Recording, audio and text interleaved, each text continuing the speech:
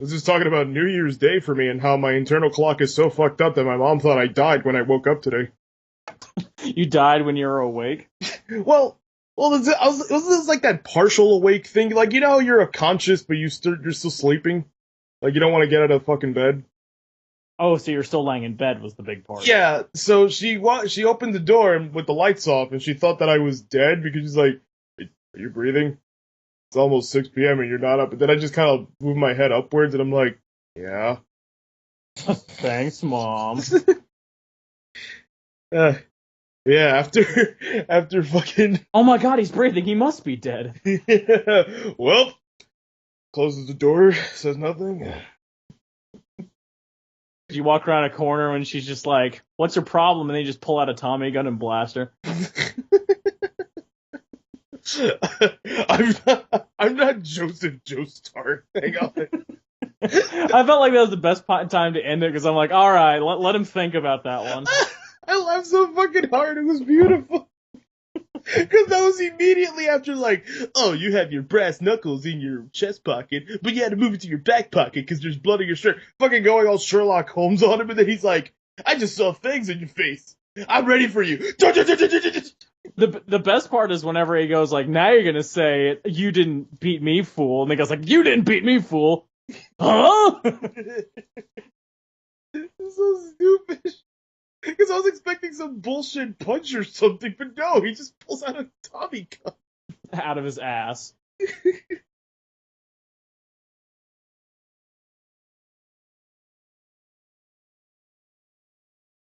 So, how was New Year's Eve for you guys? Boring as hell.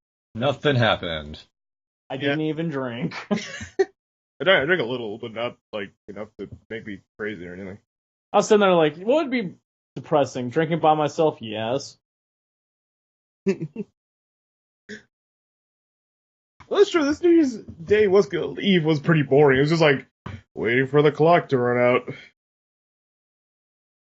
I made waffles and they turned out shitty. That's about it.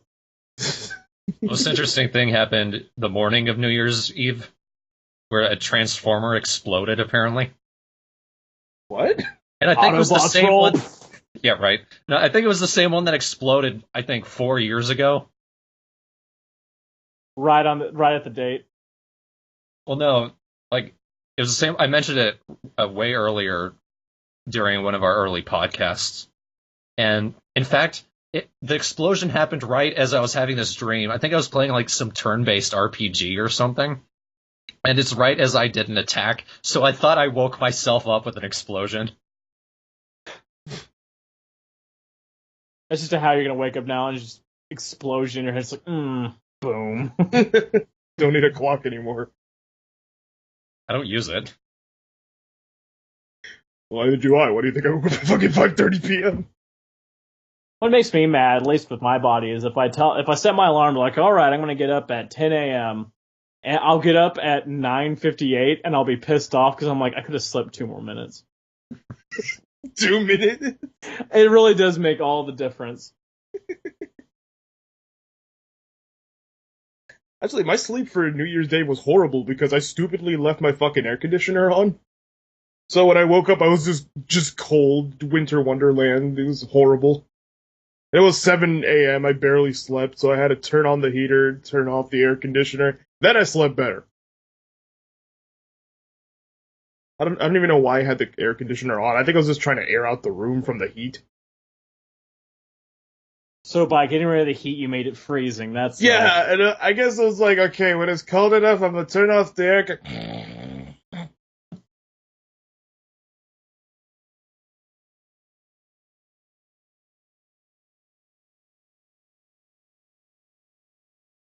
What are we doing again? It's just a kind of a hangout podcast, because we kind of said everything last week. Ah, okay. Is it going on right now? Yeah, we're live. Yeah. Hi, guys. We've been live for like 10 minutes.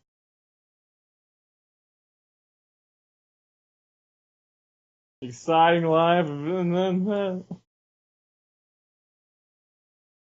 Hope you enjoyed our rendition of Stoic Faced Link, now on YouTube. Oh, the second part is up. Shit, I gotta see it again. Up against the machine.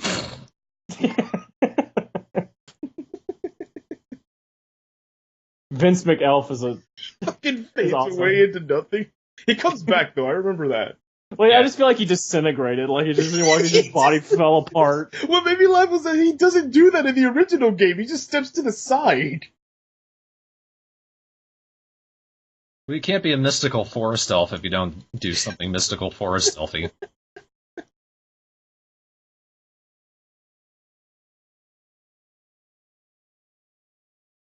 Yeah, the new Ocarina of Time part is up.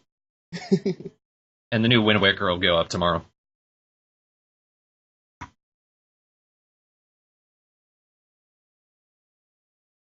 Or if you're listening to this on YouTube, last week, because it takes me forever to edit these.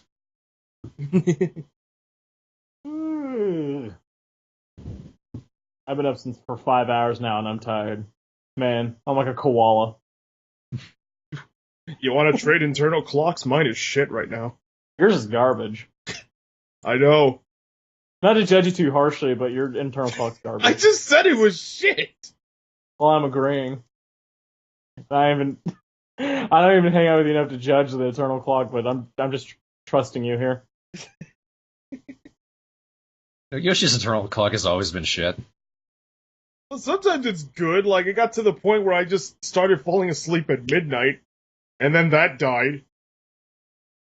So now it's always like, oh, I'm gonna stay up super late doing fucking anything. I'll be listening to some podcast or playing Smash Brothers Wii U or something, or just doing absolutely nothing, and it's just like, well, time for bed now. It's 7 p.m. a.m. I think I spent most of yesterday just looking through the website dudeiwantthat.com. It's got like the stupidest shit for sale on there. The coolest or the stupidest. One or the other. But you still want it regardless. Well, it depends on what it is. Like they're randomly selling something called the Borgasm pill.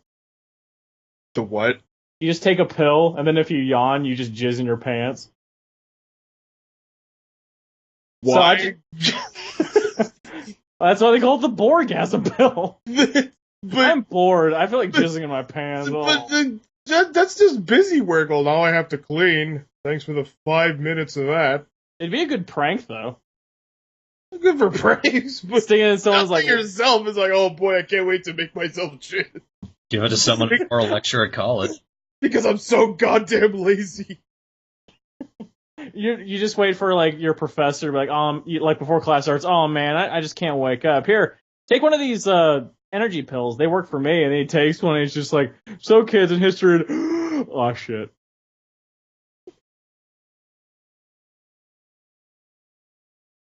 Also, one of the most more disturbing things, and they're right next to each other and they're kind of related. One's a baby muzzle. Wow. It just shows a picture of baby crying with a muzzle on. And the other one's the infant circumcision trainer. Trainer? Where it's basically just the lower half of a baby with replaceable penises. I'm like, that's disturbing as shit. I can't believe they sell that. Only for $189? It's like $185. You can also buy the 20-pound chocolate Lionel Richie head. It's almost $900. Oh man, Lionel Richie. Is this the wacky company that Jacob bought? What the fuck? He should get sponsored, or at least if he does a podcast, get sponsored by DudeIWantThat.com. Just every episode of Wacky Facts, he's promoting some stupid ass fucking thing that nobody needs. He needs to do that anyway. Not to tell you to do your own product. Buy these flammable bookmarks. They're like regular bookmarks that you can set on fire. You better read quickly. To be or not to be, that is a goddamn it! To be or not, I guess not to be.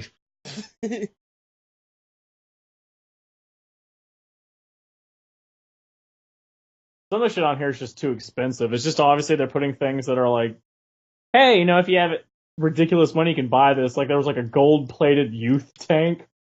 No, not gold-plated, diamond-plated youth tank. They don't tell you how it works on the website, which makes it more hilarious. They're just like, science. I won't say no to that. In silence.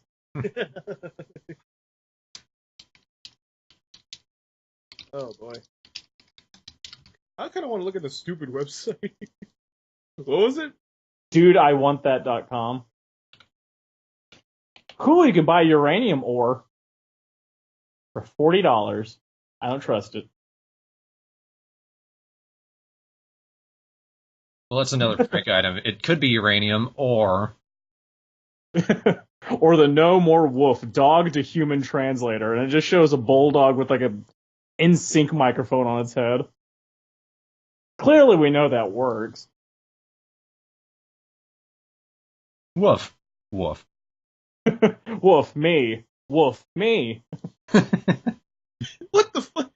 Thornins, the glove you can't take off. Yeah, look how much it costs, too. Fucking, it's nearly like $1,000. It's like $1,000 to buy a glove that has like cactus spikes on the inside of it. That you can't take off.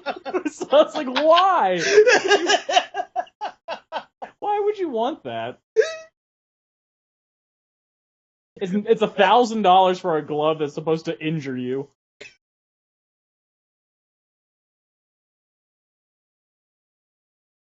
The Morrissey self-help book.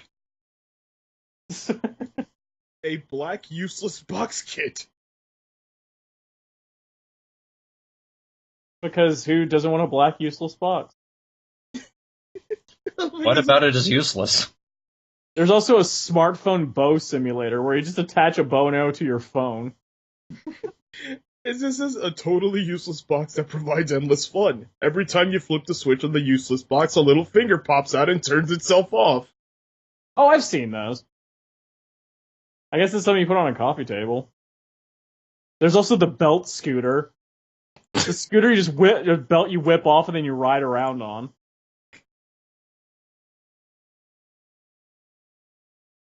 Oh shit, I'd like to buy a Lego strip club.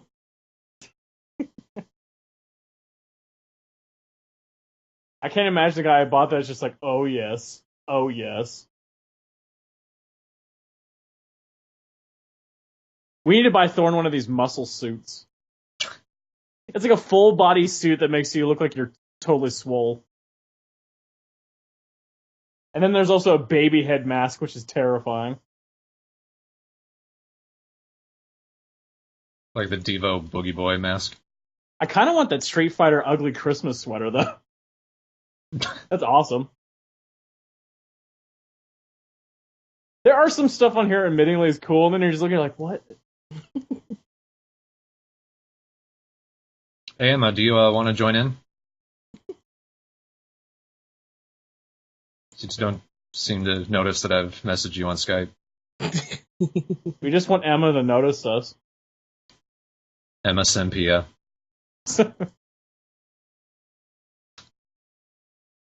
I don't even, like, this is one of those ones where you ask what, and then you don't want to know more about it, where it's just called Porn the Game, and it's just a deck of cards.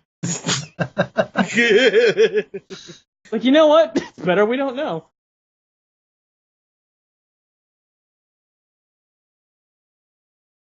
Oh, she's out right now. Aw. How Hey, dare you? hey, face, hey. Hey, John. Depache. We're talking about stupid products. What else would we do? Oh my god, the world's largest box of Nerds candy. At least that's useful. It's only $30. That'd be a good video challenge. Eat this entire thing in one sitting. Without dying. Yes. If you die, you're disqualified. If you die, you lose. We'll go figure. That's the point.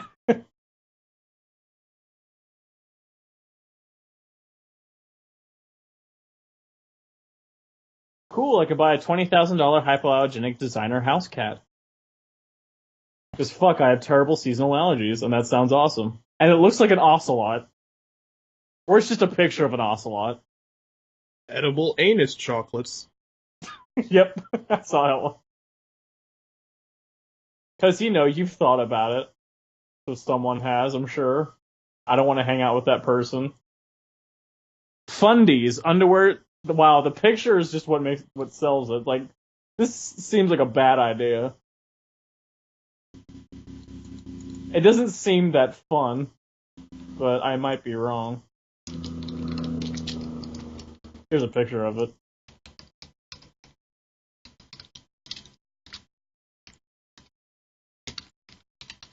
I feel like you just have a discussion where... No, I have to go in first, and... Oh God.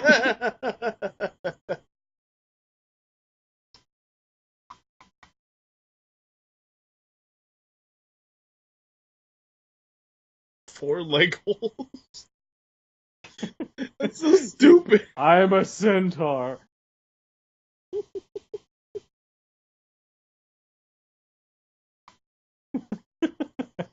Wow, there's a book that's just... I can't even imagine what's in this book. It's only $8. It's called Images You Should Not Masturbate To. And it has a picture of a horse and a guy with an axe.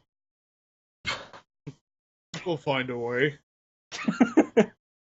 Oh, really, book? Okay, you won.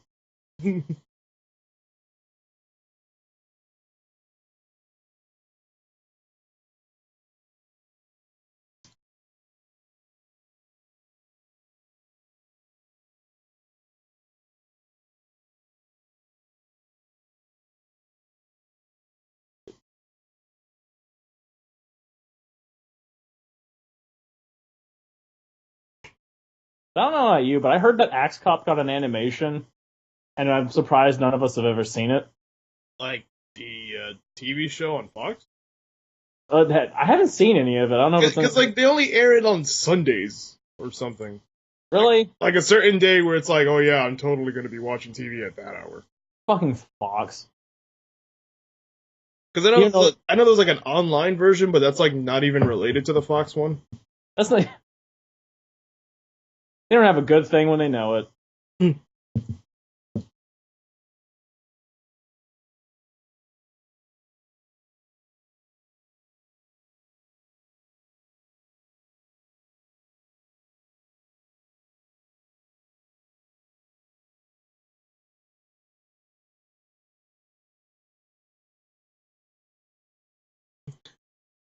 I love how some of the stupid things are really expensive, but like weapons, like, oh yeah, here's a crossbow, $300, whatever. Do you want to eat these gold pills that make you poop gold? $1 billion. Right? $5,000. Oh shit, yeah. Yeah, that's why I always contact Emma through Tumblr. It just seems to work the most.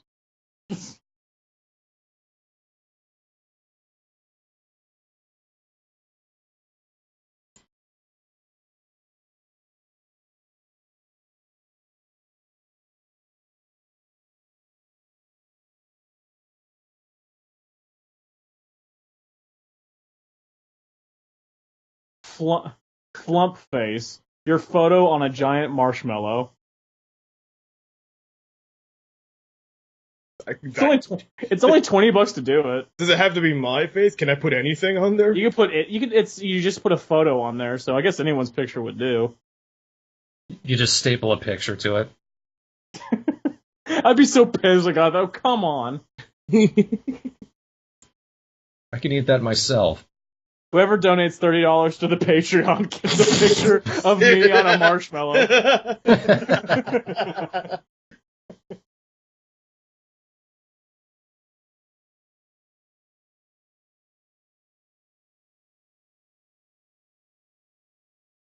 be hilarious to start getting donations. It's like, oh, what did you want? The marshmallow. Oh. Donate a couple more, you get a Travis action figure? No?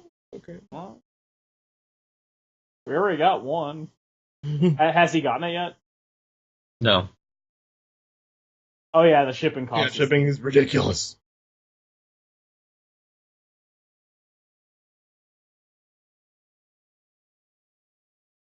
I did see this really cool thing. If you guys are into Game of Thrones, they had the Hand of the King little pendant that was actually a USB plug. It's actually a pendant you wear, and then you just pull out the bottom little spike, and it's a USB port. And I'm like, that is so cool.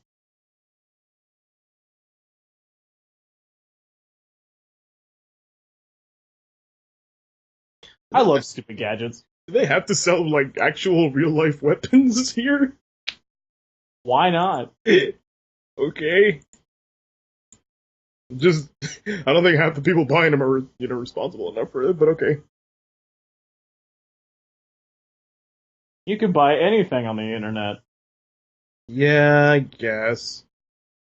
Wow, a combination of a stun gun and a brass knuckle. This is, like, kind of weird. It's like, hey, you want to buy edible anus chocolates and a gun at the same place? How did you know? I would hate to see the order where someone did order that at the same time. Okay, let me ask this. Who the fuck bought this? Because it's sold. And look how much it cost, and consider it was sold. For $24,300. Handmade guinea pig scale mail and helmet. And it just shows a guinea pig in knight's armor. And it's sold for $24,000. And apparently the condition was used. Well, clearly, look, there's a guinea pig wearing it. Dark Souls 3. I would hate to have to fight the guinea pig knight. You could never hit it. And knowing all the enemies in that game, they do, like, tons of damage. You have to butt stab it. Just like the boar. I can imagine doing a backstab on that thing. It's just at the end of the sword, like, I feel terrible about myself. Now, my brother's wife in her country, eating guinea pigs is like part of the diet there. So they're thinking about just buying guinea pigs and raising them on a little farm. It's like, oh, we're broke, don't worry, we got plenty of guinea pigs.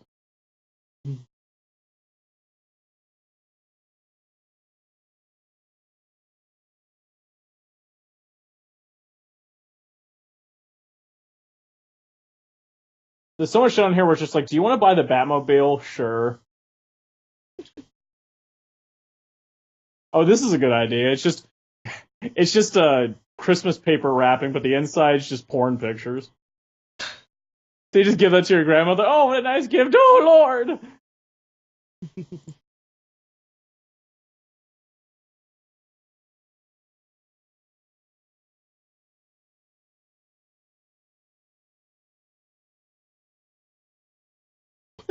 Color My Boobs, the book. Oh, yeah, sure.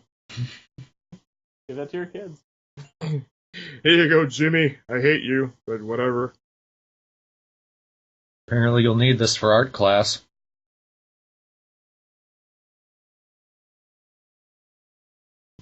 Son, what are you calling there? Don't color outside the lines.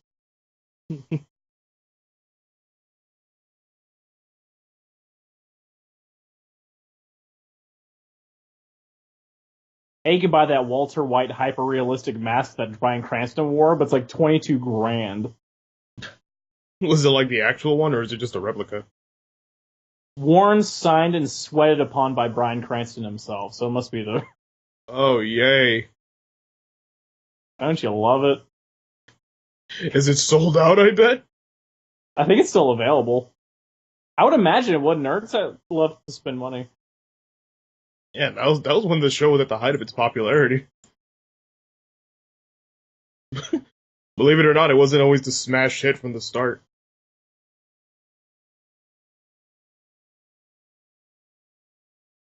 The best shows are the ones that don't have any hype to begin with, and then you watch, you're like, oh, wow, this is actually pretty good.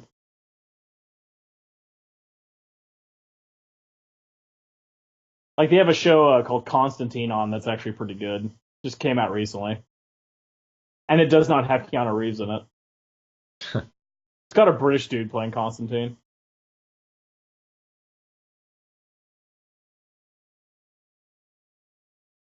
If you want a tolerable show that's like on NBC, there you go.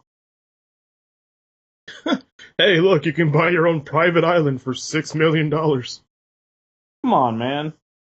Hey, if you donate $7 million to the Patreon for Strawhead No, we'll buy you an island.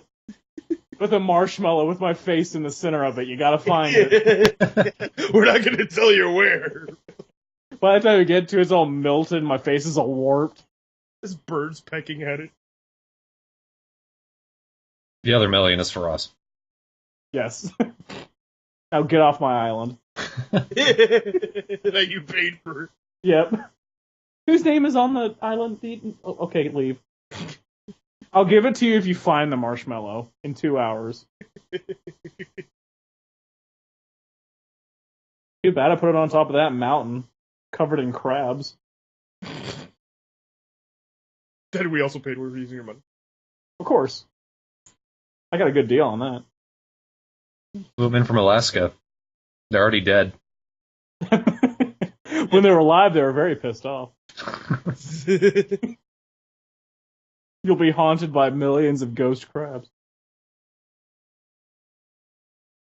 So now you have a haunted private island, is the idea.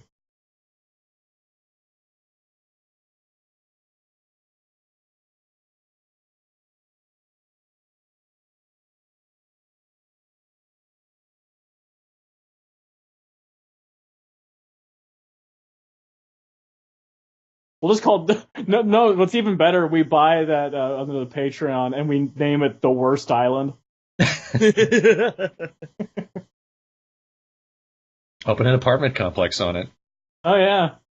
We'll build all the things that are on that. And just pop up under it. Do you like our Ferris wheel on the worst island with no one to run it? Now you do have to come to the top of this tower because we have to ask you wacky questions. Daily. Daily, we have a vote on the beach, and you only have like 5 seconds to get over there to vote.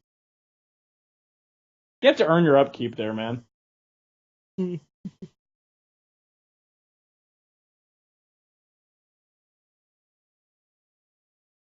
worst island is run by circumstances. Has enough freaks there that have to live there just out of necessity. We're also going to get an apartment.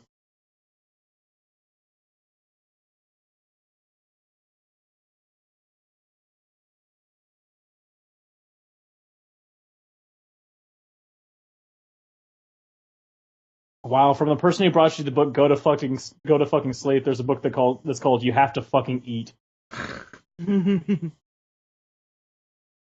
Also narrated by Samuel L. Jackson. You see that dead kid? He didn't fucking eat. So you better fucking eat.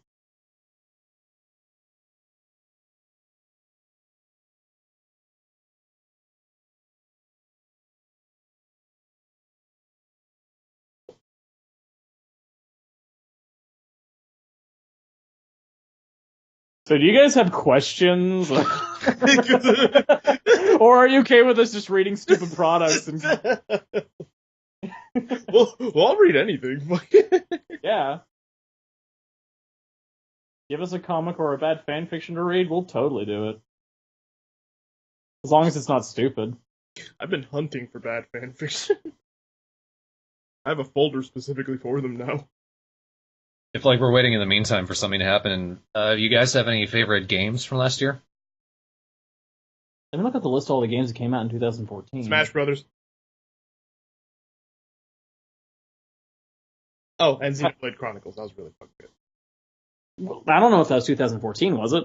Well, no, but I played it in 2014, so it counts for me. To me, the only problem I had with Smash is that I think that all the hype killed it for me. It was too hyped. I feel like it wasn't as hyped as Brawl was. When Brawl was coming out, everybody would not shut the fuck up about it. And then it came out, and people were like, but it's not like Melee.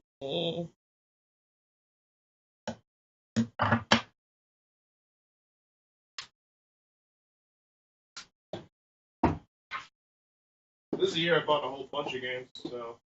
Now, a game I do want to play from this year that came out that I haven't been able to play is Guilty Gear Xrd. Oh god, I love Guilty Gear. It's a fun fighting game. And they just came with a new one that's super duper pretty. And I couldn't find it for the PS3, which pissed me off. Yeah, Shovel Knight. Shovel Knight rule. Shovel Knight was great. It's some levels of balls frustratingly hard, but still worth it. I mean, it's like a Mega Man clone, so of course it's gonna be hard. Dark Souls 2 wasn't as good as the first Dark Souls, but I still played about as many 100 hours. I think someone described that, because he's a really big Dark Souls fan, he said, Dark Souls 2 is a good game. The only reason it's compared worse is it's not as good as the original. But that's not a bad thing, necessarily.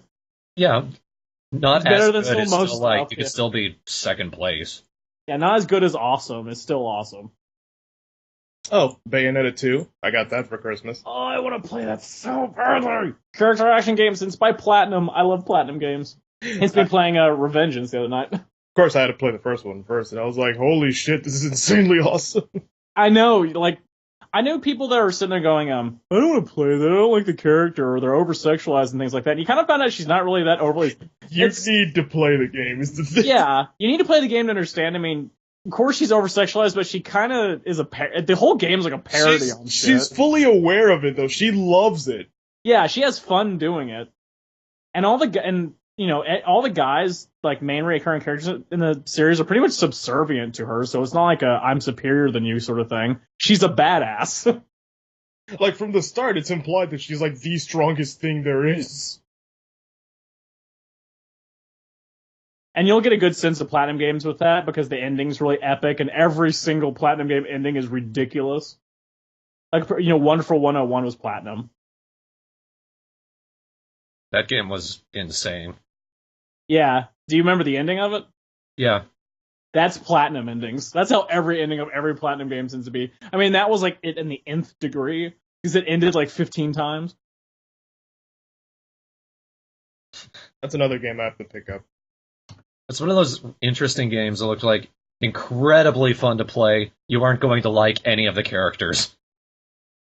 Apparently, the characters become more likable as it goes along. It takes so long, though, and only two of them. All of the villains rocked, but God, I hate. I hear Wonder Red and Wonder Blue becomes a little more likable, but like Wonder Green's obnoxious. Yeah, those are the only two.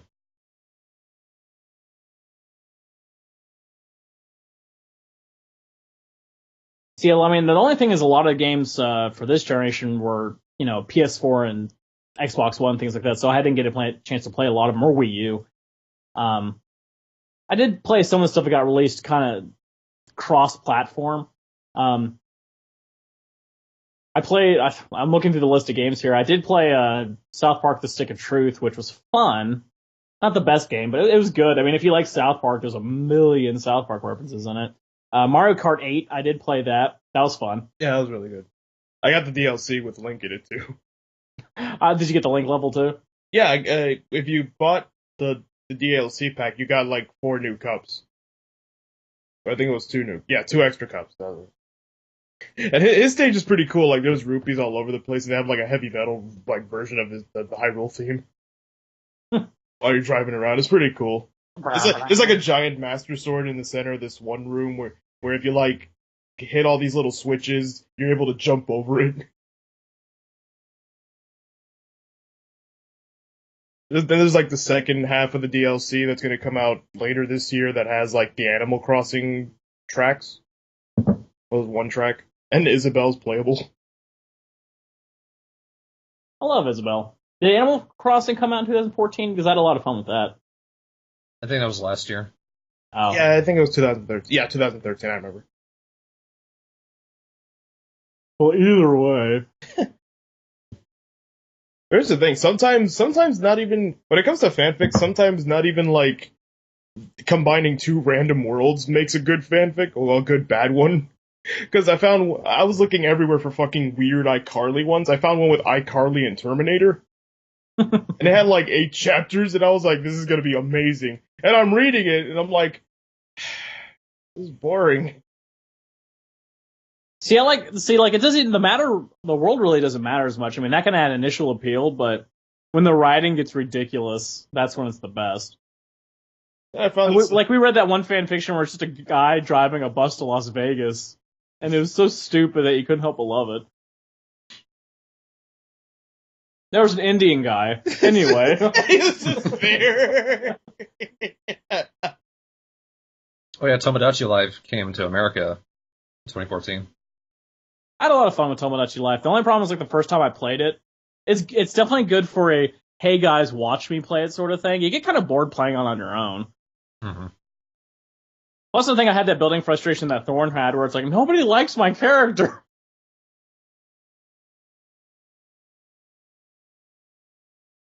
Yeah, I feel like that's one of the flaws with the game, where you're like, oh boy, I have all these characters, I hope they do wacky interactions. Half my island still hasn't met each other.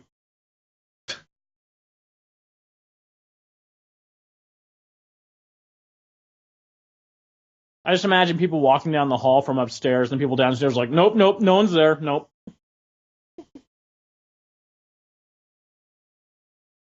Now, some games that did come out that I'm not interested in playing are things like Destiny. Not really interested in that. I watched someone play it, and I'm like, this looks kind of boring. I heard the campaign was like 4 hours long. I was watching someone just kind of playing multiplayer with it, and I was like, this looks like a not as fun version of Mass Effect, but it's first-person shooter, and it looks boring. Not that I hate all first-person shooters, I just like ones that are more interesting. I'm sure like Far Cry 4 is going to be a lot more fun when I get a chance to play that one. If you've played Far Cry 3, you've played Far Cry 4. Well, I had a lot of fun with Far Cry 3, so... Oh, actually, I actually got that game for free. Well, I haven't downloaded it yet, but when I got my new, video card. When I got my new video card, I was like, hey, you get a free fucking video game. You get to choose between Alien Isolation and Far Cry 4 and some other thing. Now, Alien Isolation looked really good. I watched a whole kind of gameplay through that. Looks different. I like that. Now, the only thing I hear is kind of annoying about it is the way they program the alien doesn't follow. Like, a lot of people are used to in horror games, people following a certain AI pathing. And apparently the alien has no pathing at all, so it does whatever the hell it wants. Which is awesome in a game, like a design retrospect, because you can never predict it. But for a lot of people, it became frustrating because they couldn't predict what the hell the alien was going to do. And that's a big part of gaming anyways, kind of figuring patterns out. Is it like a survival horror game? Because I'm not really into those.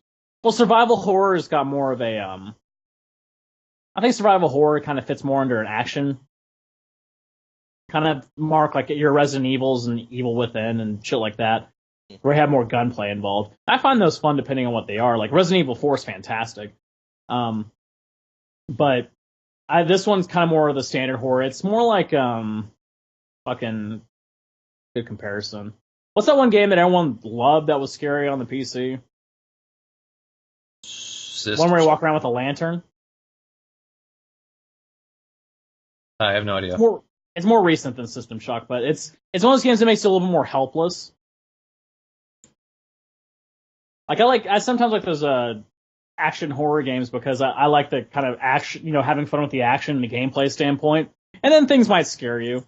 The ones that are just pure scary, though, I find those because usually they build into where the controls are kind of muddy and clumsy.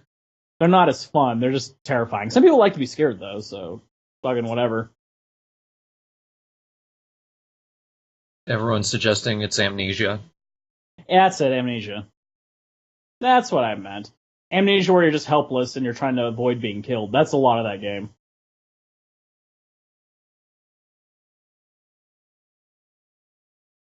And all the games I'm pretty much looking forward to in 2015 are next gen exclusives, but they look cool either way. Like Bloodborne looks awesome.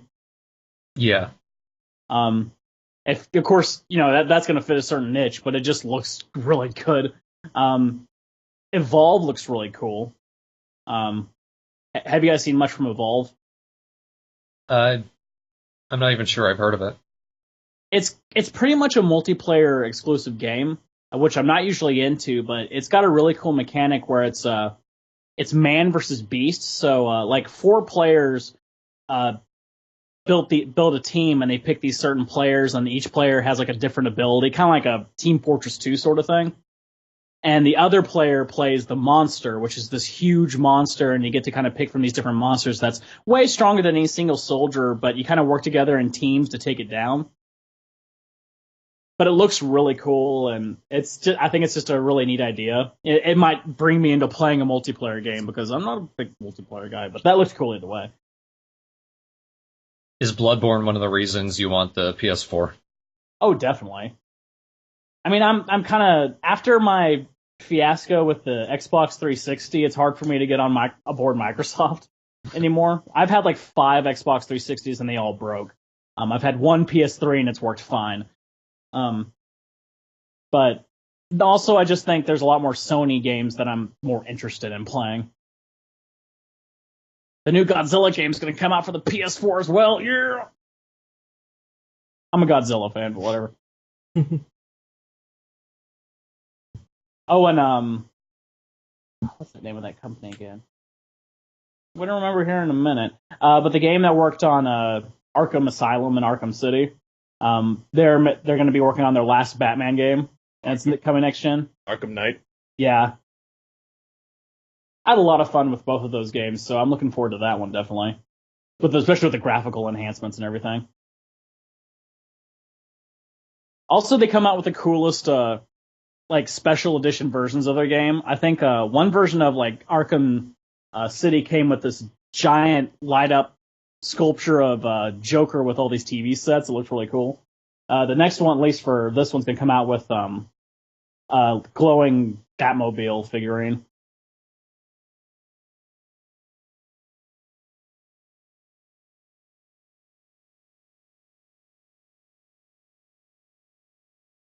Oh yeah, Xenoblade X. That's cool. Looking forward to that. Is that supposed to be the sequel that? Yeah, like, it's kind of vague what they're going to do with it. It's a sequel to Xenoblade Chronicles, which I still haven't finished, and it's taken me a while because I'm juggling like 5 games at the same time. Yeah, I have it right now. I just don't want to get too enthralled into a RPG right now. But it's the sequel, but like according to the director, like Xenoblade Chronicles was more of like a fantasy thing, even though there's like machines everywhere. But like this one's gonna be focused more on like the sci-fi story, apparently.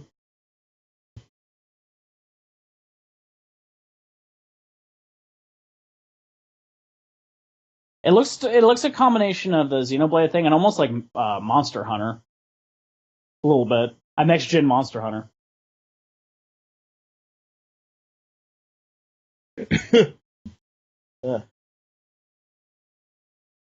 I looked over my room and I just remembered something weird that my cousin got me for Christmas. It's the Legend of Zelda Monopoly game. I bet the pieces in there are pretty cool.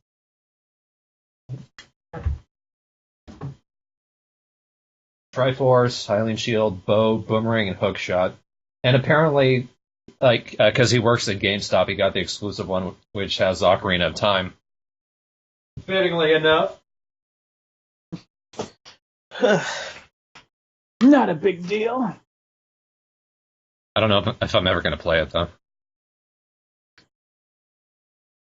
Might be worth it. Well, I've gotten gifts that I've never really touched. Remember Crego? It's Creo, but I like calling it Crego because it sounds lamer.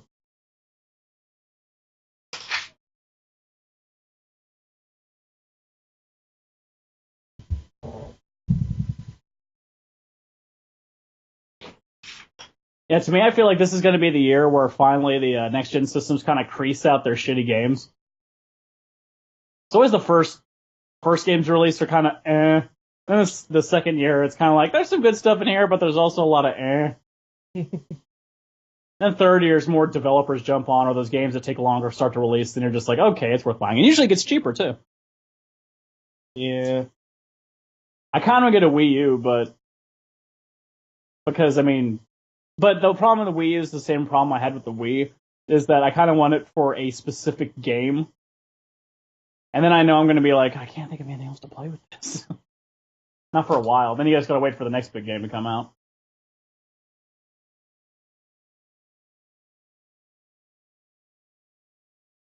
Plus now it's like, ooh, look at this giant TV controller I got. I feel like for me it balances out fine enough because I've gotten to the point in my life where I just don't play video games as much as I used to. Oh yeah, that just happens. So it's like I just don't even care if there's like no games for 9 fucking months. Because I'm most likely not going to be playing a game every single month of my life.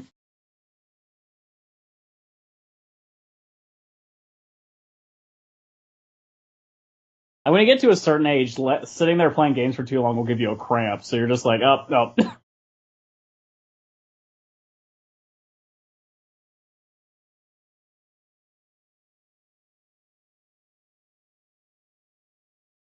And The Last of Us is also remastered on the PS4. I kind of want to see what that looks like. Apparently it looks a lot better. Usually remastered games suck. Like Silent Hill remastered apparently is terrible.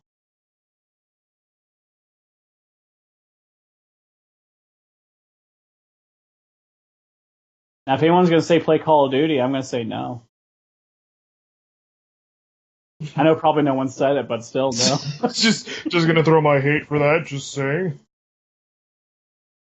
I just find it very boring.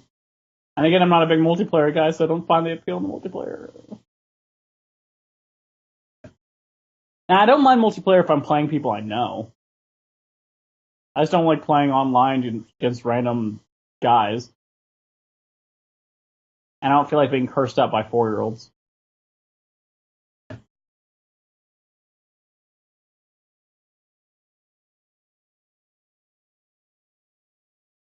Whew. Hilarious as that concept is. I know people just looked for that. They're just like, oh, what a knee slapper.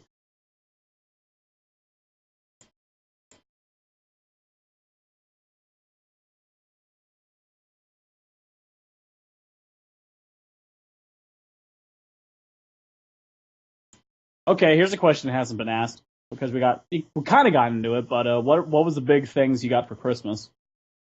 Bayonetta 2. Have you even turned that on yet? Yeah, I played I played the first game first, so I can get an understanding of how the game is. And then I beat it, and I'm like, holy shit, this is awesome. And then I unlocked another mode, and I'm like, I want to move on to the second game. You punch God into the sun. I know, but it's like, Yeah. I already beat the game, but it's like, I unlocked hard mode. It's like, I can play the second game, but I can fucking do it again. It controls so smooth. I love when character action games just feel smooth. There's only one thing, and it's probably gonna be fixed in the second game, I hope, but like, there's one thing I didn't like about the first game, and it's just like cutscene bullshit, where it's like, hey, this is a really good looking cutscene, and then like a monster's coming at you in the cutscene, and then like it just immediately cuts to the game, and then because I think I'm still in a cutscene, I just get hit. Oh yeah, It happened way quick timing quick timing events are murder for that person. It happened way too fucking often, because it was like, here's the new monster, and then it cuts this little fancy little thing where it's like, this is the name of the monster, here's the image of the monster, here's a fucking little animatic we made, and then like, the monster's coming at me in a cutscene, hey, that looks cool! 5 seconds to react, fuck, it hit me. Well, see, I wouldn't mind it so much if it was just going on those kind of things, but when it affects your rank, I'm like, bullshit! So much! Like, I remember the one that pissed me off the most is the one where you're fighting that dragon dude, and you're in that building, and he shoots a fireball at the building, and it gives you like a half of a second to react. And I kept on dying at that part, and you're like, you're rank D. I didn't get hit once! Oh boy. Still super fun game, but sometimes it's just like, really? I love the campy, stupid moments that happen in those games. They crack me up. They did the same thing in Revengeance, and every game that's made by Platinum. There's so many times where I just went, okay, this is just fucking ridiculous, but it's awesome. But that's, as long as you can look past, you're like, this is awesome.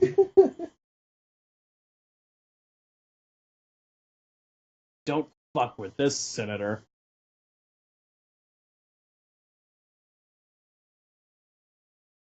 Really, all I got for Christmas was the Monopoly and a lot of money.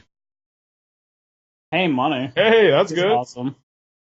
And then I bought myself a huge splurge at the local record store.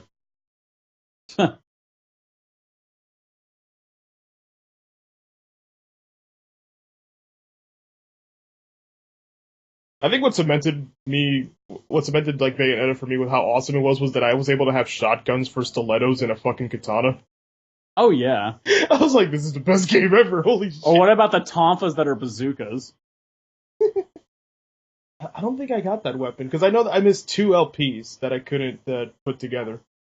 Man, you gotta hunt for those LPs. Yeah, I got like all of them. I only missed fucking 2, because I was like, oh, I'll find it, and then I didn't. You probably missed the one that was in the heaven part of the level. That was the tonfas that are bazookas. And you can get ones for your legs, too. Yeah. So you're just blasting bazooka shots from, like, all your limbs. Yeah, I didn't get that, but I did get the claws that are, like, fire and electric, I think. Yeah, those are great. Then I got the whip. I was kind of let down with the whip. I was like, oh, it's alright. It's okay. I feel like it's too slow. It just doesn't do enough damage to make up for the fact that it's slower. But the katana, I used that as soon as I got it. I never changed ever. Oh, the katana's great. Well, I like slow weapons as long as they hit like a tank. Like a Ninja Gaiden, which was like I love Ninja Gaiden. You get this big ass sword that takes a while to swing, but once it starts swinging, like the momentum's unstoppable and it kills everything.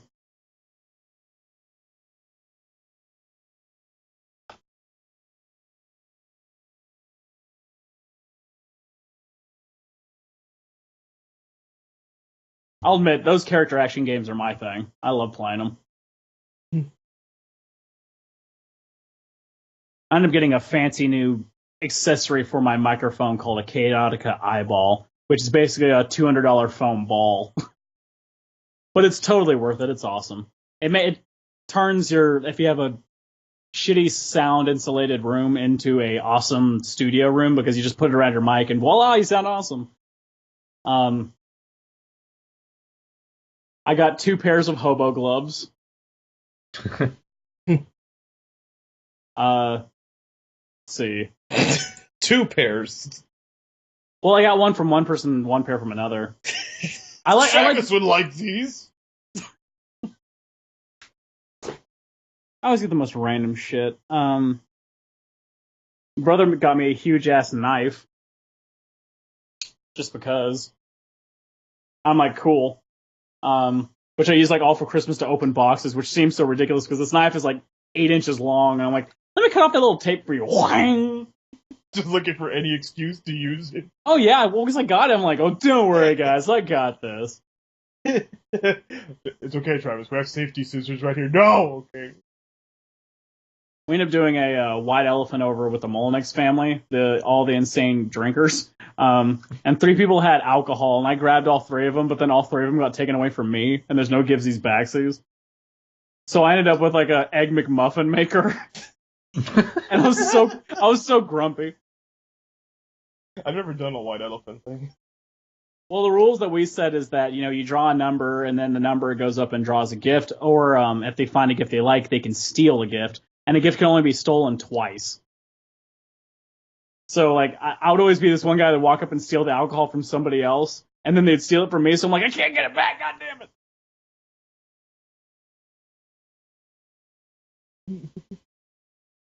You could sell the Egg McMuffin maker for alcohol. I could, but the thing's probably like $5. You could buy a tiny thing of alcohol. Yeah. Yeah, we had like beef tenderloin and sushi and all sorts of crazy shit there, and drinks, of course. I don't think I've ever hung out with them without drinking alcohol. It's just how they are. My uncle with the nipple rings showed up, which was good. Means he's not living under a bridge anymore. But he wants to buy a boat now. I don't know how he's going to do that. When you buy it, you just point at it and then it's yours, right? Give me those keys. He wants to hang out with those ducks that visited him under the bridge. I'm one of you now.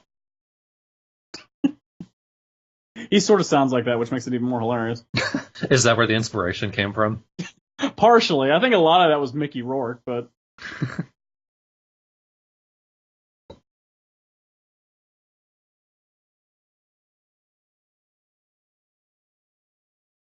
I think there's just one time on my Facebook that he just put up a picture of this one girl that was laying in bed with her breasts out, and she's like, titties. And my aunt's like, this is very inappropriate.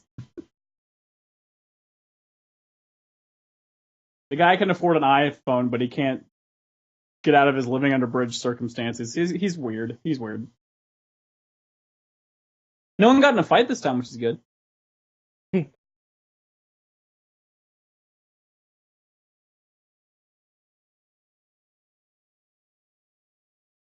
My mother, on the other hand, when you think of like weird gifts for people, my mother's kind of the king of it. Because she refuses not to buy you gifts, so she'll buy the most random things. And then she'll be mad if you don't keep them. Thanks, Mom, for this pink sweatshirt. I'm probably not going to wear it. She gave me a waffle iron. I didn't even ask for one. But to make some waffles. Yeah. I did use it, but I sucked at it. I love waffles, though. Whoever likes pancakes more, fuck you. You don't know good taste, sir. What if you just like both? Well, that's okay. But you have to like waffles more. You have to pick a goddamn side, or I swear to God. You gotta pick a side, and you better pick mine.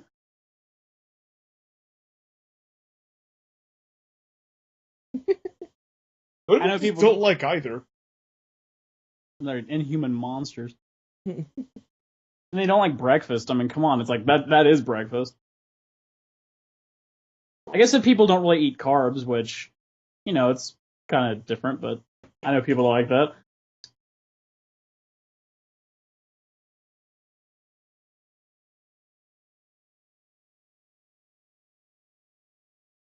There's a coffee club I go to where it's pretty much all like vegan muffins and shit like that, where there's like no carb in anything whatsoever. And I like those. There's a lot of people there with Macs. It's a club it's one of those coffee shops that are trying way too hard to be hipsterish. In Texas, of all places.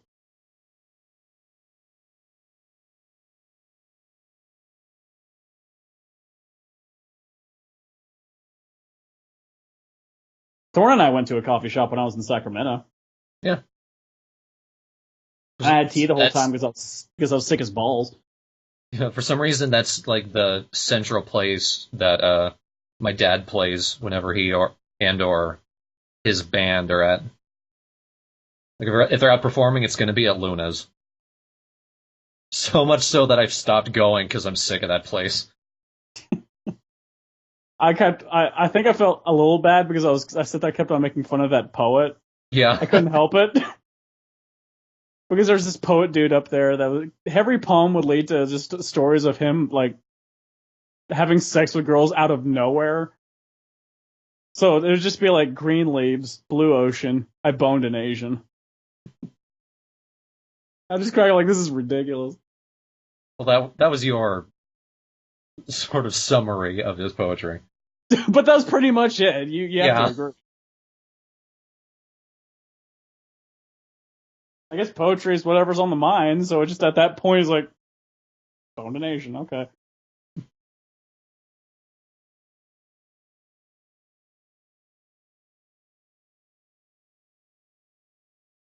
I think despite being sick, I was also one of the peppier people there.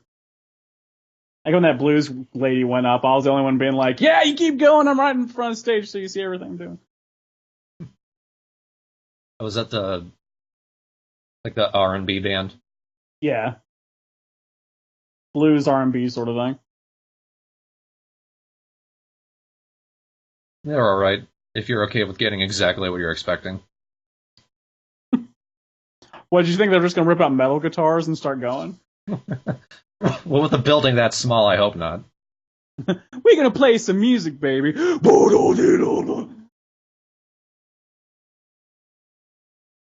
There are some female-fronted death metal bands. Oh, I know. I've been to some.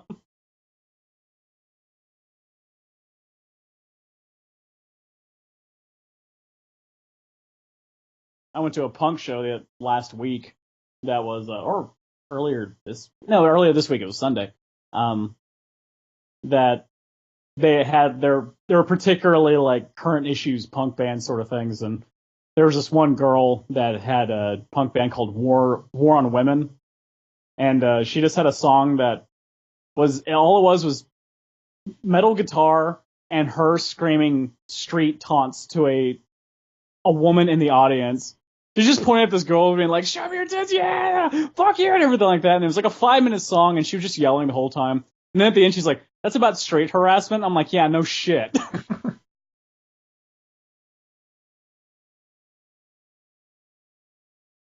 They were so good, but you could tell she was kind of getting frustrated because her, like halfway through her set, her jeans shorts like split in half, and she had to keep it on the stage. If you're a real punk, you don't give a fuck.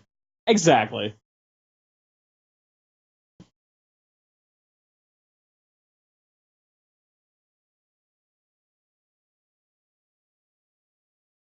Plus, it was fun seeing a Canadian punk band. You never really. They seem so polite. They'd just be singing these songs, just like "fuck religion." Thank you guys. Oh, thank you.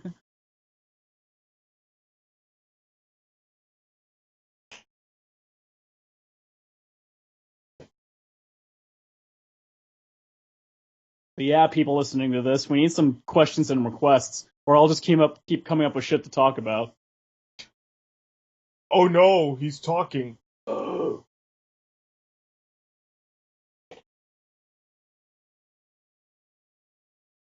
I think people want to hear Yoshi and Thorn talk sometimes, and for me to shut up. We never have anything to say.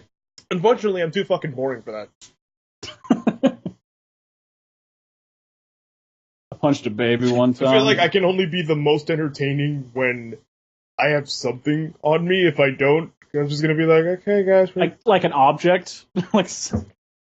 Yeah, like, hey. Mashed potatoes! Well, I guess I have this now. None of us can afford to go to Anime Boston this year. It is what it is. Mm-hmm. Jade Star apparently had a question for us that was answered last night. Last night? We went to the past? What does that mean? what was the last night? That did you think the world was going to end? Is that the question? Well, now I don't have to ask those guys. It could be over. I mean, seeing how you're the authority on the subject.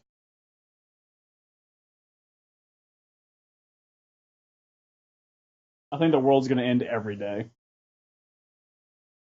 But then it doesn't. I'm like, thank God. Oh God, tomorrow. Not really. That'd be crazy. I don't think I've heard of the band Five Iron Frenzy. I might have heard the name, but I know nothing about them. Oh, I have an idea what to talk about. Like, yeah, what do you guys plan on doing this year? Just in general? Yeah. Well, I'm going to be going back to school and graduating this year. Hooray! It's been like 4 years since I've been to school. Hey, did you get that class you were looking for? Thank God.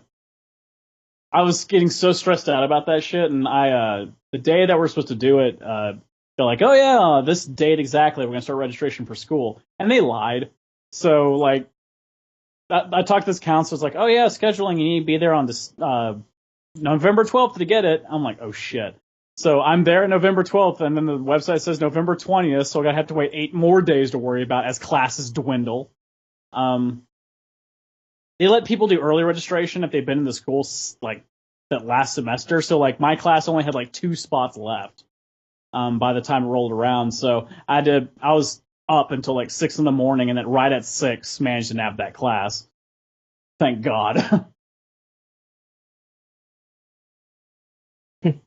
Oh, that's good. That, and I'm going to be starting my new job with AT&T here on Monday, which should be fun. Or pay bills, at least. Are you tech support? I'm not tech support. I am customer support and inventory, which is good. I don't have to work with people as much. You'd think customer service would work with people as much, but not as much as a salesperson.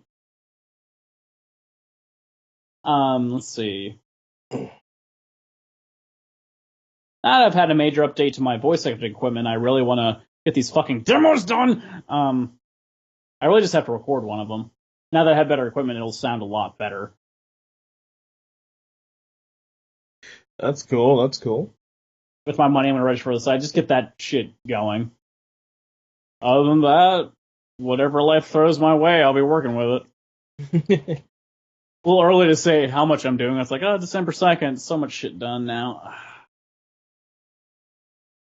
I'm just right at this point right now. I'm just waiting for shit to start. Exactly.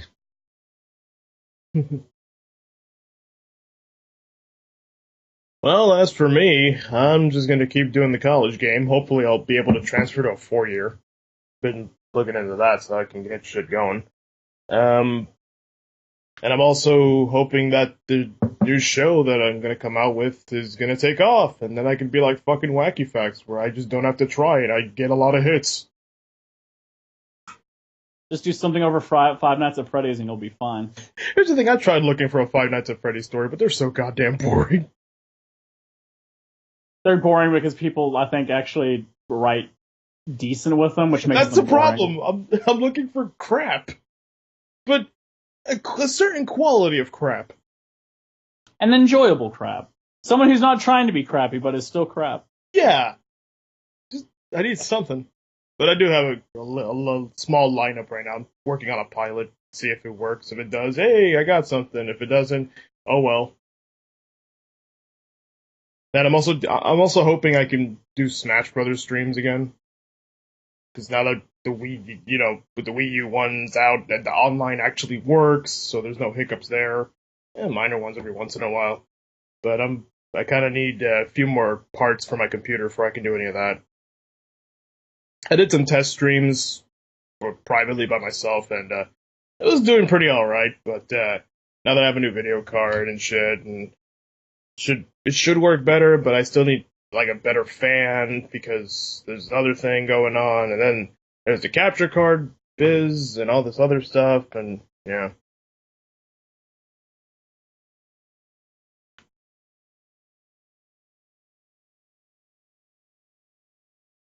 He's starting a new channel called Goofy Stories. No. Silly knowledge. Silly knowledge. I still don't have a title. If anything, the fucking YouTube channel is probably just gonna be fucking under my name or something. But I already know the first story I'm doing. One thing I'm trying to do right now is learn how to write in a novel format because I'm writing it. I have a screenplay that I'm writing out that would work better as an animation, but I can't animate.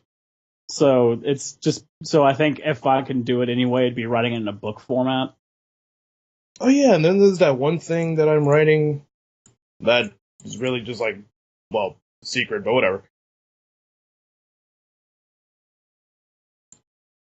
I'm sort of in the same boat where it's like, I don't know if I want to make this an animation or if I want this to be a set of stories or like a novel or what, but it's there. See, right now I'm actually trying to come up with concepts of a city or a world that is fantasy based, where all the characters are cats. Oh, well, I have something similar where instead of cats, it's just a world full of anthropomorphic animals. Well, yeah, this one's got like different animals in it, but this is the society of cats. I'm just trying to, like, I have an idea of it. I'm trying to work out like their infrastructure and their politics and how everything works in their society. Will it be like the Kingdom of Cats from Adventure Time, where they're all literally just cats, but they all hang out in boxes? In that little carton box. That's like one of the few Adventure Times that I've seen. Actually, it's supposed to be a serious story, but I'll consider that. Meet me in my office. Straight, just have the setting be absolutely stupid. Yeah, I know. Meet me in my office. They both lay in a box that's way too small for even one. Their legs just poking out. So, how can I help you today? Bioshock Infinite with cats. There you go.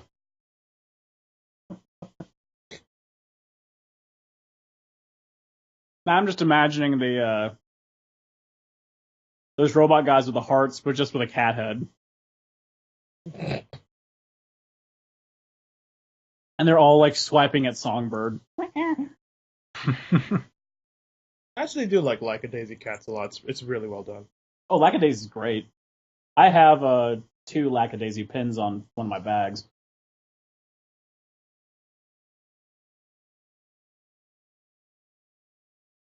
The art's just so good, and I love the time period. If I get a badass 1920s suit with a zoot suit, that'd be awesome.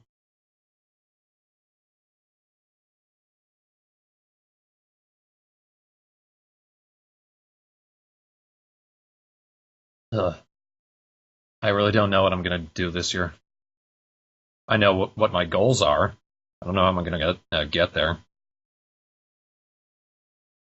Just be goal-oriented. That's all you gotta do. Mm.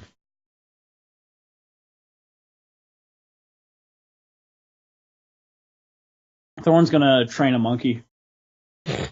First he has to kill one. To carry me all the way to Canada and fling me over the border. I think the border patrol shows up, like the Mounties show up, and they're like, you know what? I could stop this, but I don't know if I wanna. I'm gonna make $1 million selling the story. I'm just gonna let it happen. I just imagine this monkey dragging your body 3,000 miles to get to however far it is to get to the border. Come on, monkey. Mongo, go. Here's 3,000 miles to the border above North Dakota, no less. Yep. Now you're just in Alaska, and they're just like, you gotta go back. God damn it. You're just lying inside one of those mummy sleeping bags, and it's just dragging you behind it.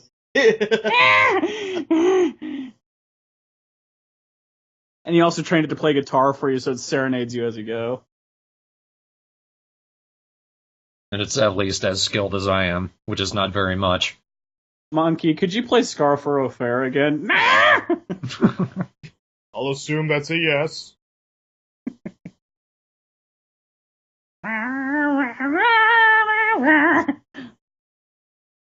Good, monkey, good.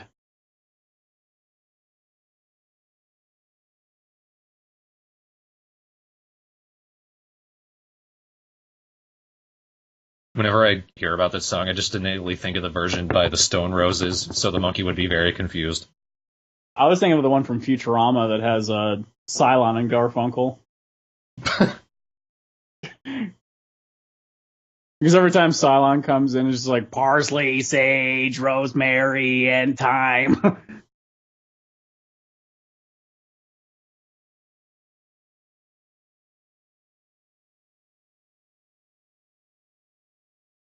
I can imagine just with your thinner frame, you'd be pretty damn cold in Canada.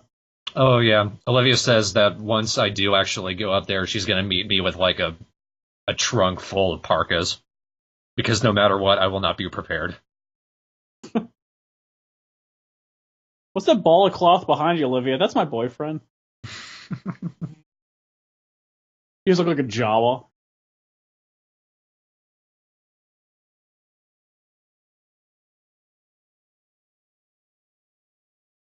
Here, this will get you warm, covers you in kerosene, and lights you on fire. There you go. Oh, it's close. Still kind of cold.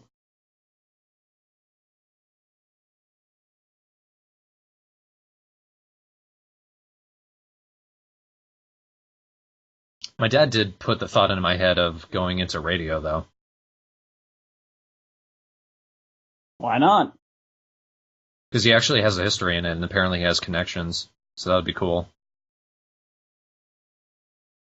And one of our Straw Hat No fans, Usagi, if you guys at all remember. I remember Usagi because we had a conversation about that one girl that dressed like Sailor Moon, and yeah. Oh, yeah.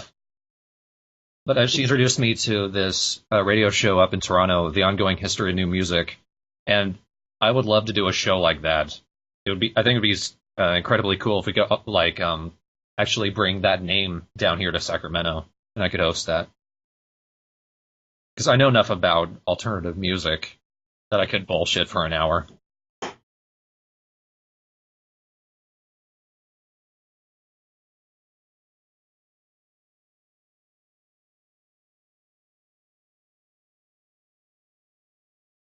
That and radio is awesome because you can sound awesome and then just be dressed in your pajamas. Right. Am I the only guy who actually wears clothing by default? That's a weird question. I just feel like everyone, when they're hanging out at home, oh yeah, I'm in my underpants. Like, it's winter. Why? Because I have a heater. My legs are hot. Sometimes I put on pajama bottoms. Just fuck it. I'm in my own house. This is me. Well, see, like my choices at this point is I could go and wear jeans, but jeans are kind of a snug pair of clothes, and you really can't get totally comfortable. But if I know I'm not doing anything, these pajama pants are going on. Right now I'm wearing pajama pants. Don't diss them. Like if I go to bed, all I do is take off my shirt. Then I wake up. Well, time to be a useful person, and then I just put on the shirt again. Like that's it. Now I'm ready for the day. Yeah, I'm just wearing kung fu pants, wool socks, and a t-shirt, and I'm fine. Yes, kung fu pants are a thing.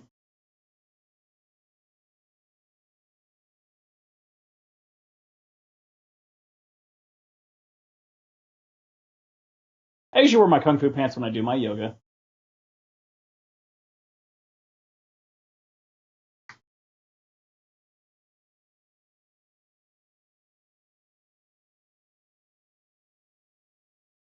Yes, I'm all about that Zen tea and yoga. Which is why you're a cowboy in Tomodachi Life. It fits me so well, doesn't it? I don't think I even own anything remotely cowboy related unless you include my acoustic guitar. That's pretty universal. Exactly. I don't even think I own a cowboy hat. I don't own any cowboy boots. Despite the fact that there's places around here that sell them, but usually they're places that are like in touristy areas. So if that gives you any indication how North Texas is, we try to keep up the appearance of being Texas, and the other people are just like, forget it.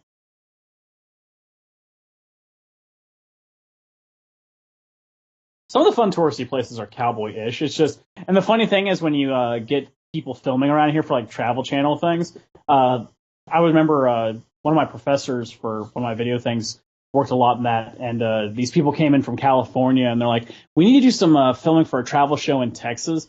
Can you show us the most Western-looking place in Dallas? And he's like, well, why can't we go see the museums or the city or any of the cool stuff like that? No, we need to find some cowboys and some longhorns. So they just filmed this one little block that had grass in it and a gate that was surrounded by buildings, and they're like, look, it's the West.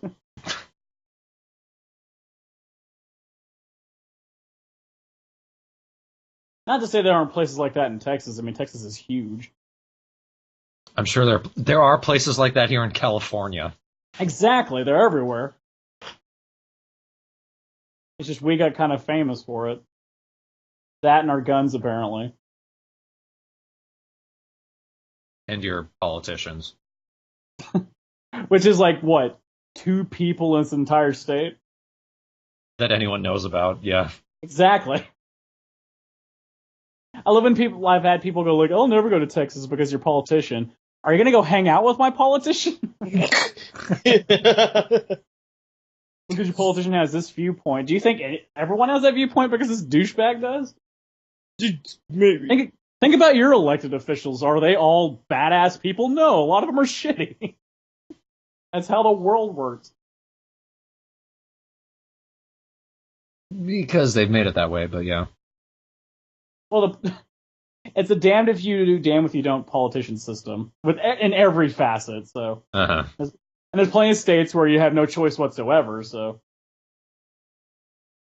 oh, trust me, I was pissed when we voted for this last governor, because we managed to finally get rid of Rick Perry, and this one girl named Wendy Davis was going to be awesome, but no, we voted for the stupid religious dude because he said I like Jesus, and that's the only way he got in.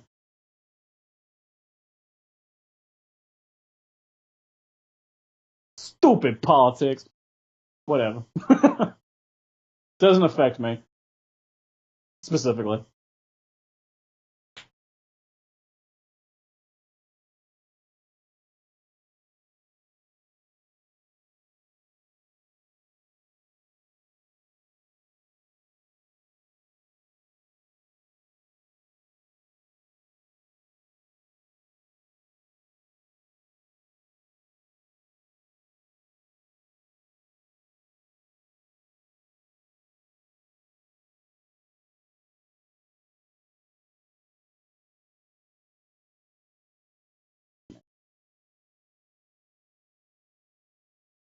Someone asked what were our favorite movies this year. I only saw like one, but it was a good one, Captain America. Yeah, I only saw like 1, 2. Actually, I saw 2, but I only saw one of them in theaters. And it was Guardians of the Galaxy. Oh yeah, Guardians of the Galaxy was really good. X-Men Days of Futures Past was really good. Captain America the Winter Soldier was really good. Just seeing the list of movies that I've seen. Boyhood's a really good movie. Which is that's like the movie that took like 12, 13 years to make because they spent like real life years on it. Yeah, real life 12 years with these particular people. I mean, they're all actors, but It's about the most realistic growing up movie ever, because it really is them growing up. That's such a huge commitment, damn. Exactly. That's how you know that it was going to be good. If it was going to be shit, would have felt really bad for them. I saw Godzilla, it wasn't that good. And I was so upset that it wasn't that good. Let's see. What else did I see? I don't see as many movies in theaters anymore, despite the fact that I'm really a huge movie buff. All the friends that hang out with me are like, you're so picky about movies. I'm not anymore, but I was.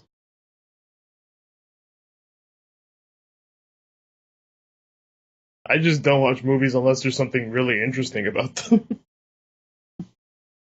Or it's like, oh, I just don't want to see it. Like, there was some movies that I meant to go see, but if I didn't see them, I wouldn't have mattered. Like, Big Hero 6, like, I was curious about that, and then it just turned out to be alright. It looks fun. I wasn't expecting, Up or anything, but I was expecting just a fun movie. I think I plan to see Captain America 2, but I haven't even seen Captain America 1.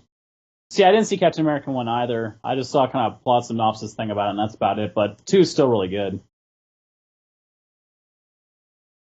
I think everyone was surprised by the first Captain America. Because you don't expect to take that one seriously.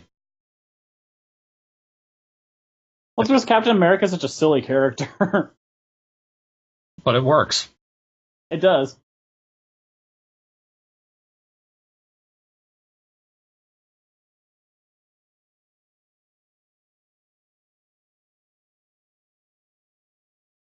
I'm just going through the list of all of them. I do want to see the Lego movie. I heard that one's really good.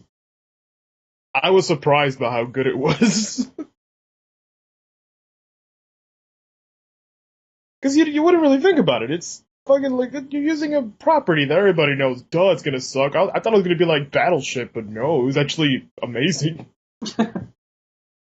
Battleships, you mean Transformers at sea? Yeah, I was just like, oh shit. Like, what's next? Monopoly, the movie? I'm still waiting for that. Yeah, you also should, if you haven't seen X-Men Days of Future Past, it was like one of my favorite movies this year. I was surprised at how good it was. It was very dark for a movie containing Marvel characters. And it was the first Marvel movie I heard to drop the F-bomb. Big Newton? Yes, I know. We thought they were gone.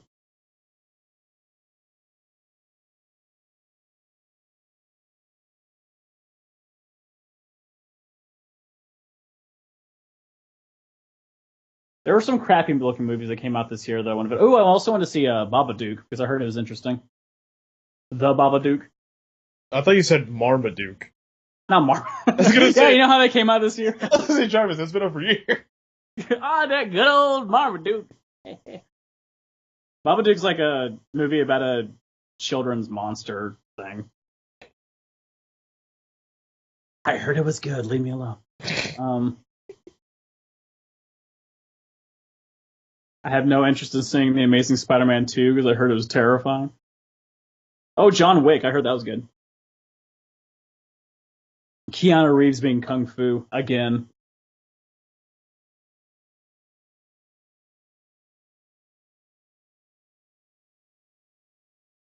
Well, I'm looking at this list on some of these movies like, yeah, I remember that one. I'm glad I didn't see it. Like that movie Sex Tape. I'm like, that looks garbage. And I didn't even remember it until now. I don't even remember the movies that came out this year. IMDb, help me. I was so mad about Godzilla. Because I've been a fan of Godzilla since I was a child. I wore a Godzilla shirt to that concert I went to on Sunday. But it was just focusing on such a vanilla character, that soldier son, and they showed. See, this is how you know it's not going to be a great movie. The entire trailer shows Bryan Cranston through the entire trailer, and he dies like 20 minutes in. Really? Yeah. All those shots they showed in the commercials are like all the scenes he's in. They were just riding the Breaking Bad train. Pretty much. Like, remember this guy? He's fucking Malcolm's dad. See, like, you leave those movies more angry when a movie starts building with something really good. And that's how, like, the first 20 minutes of the movie were with Bryan Cranston there. I was like, this movie's going to be cool. Oh, man. Bryan Cranston's so into it. It's going to be awesome. And then they get behind the seats of his son, who's this boring-ass vanilla character. And a lot of people were dissing the fact that Godzilla wasn't much in it, which he wasn't. But I was just more mad because like, the entire movie turned into just a military montage, which was boring as hell. If you like Call of Duty, you'll enjoy Godzilla.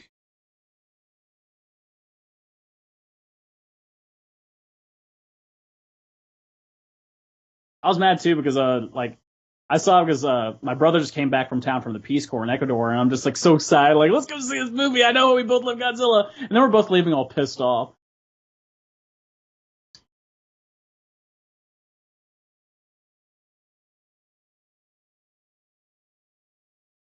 Oh, I want to see The Raid 2. I know that's on DVD and looks awesome. Martial arts movies of people just beating the shit out of each other.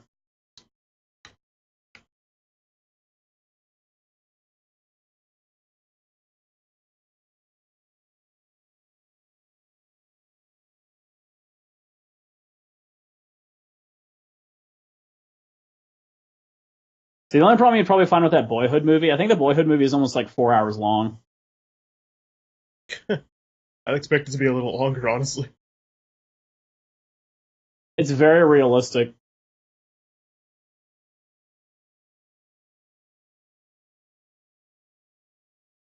It's probably going to get some Oscar nomination nods, so if you haven't seen it already, audience, you should go see it. You have a spare 4 hours. Yeah, and I remember I went to go see Maleficent with my mom. It was alright. Looked okay. It just looked like more of just loving shots of Angelina Jolie in costume. Honestly, it feels like fan fiction. It looks a lot like fan fiction. It totally is, but at least like some of the fight scenes were pretty neat. A lot of things these days are coming out looking like fan fiction, and it probably is like Twilight's fan fiction.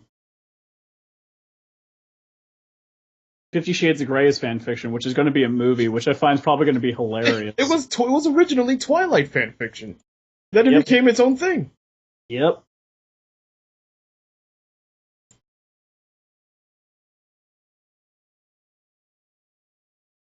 I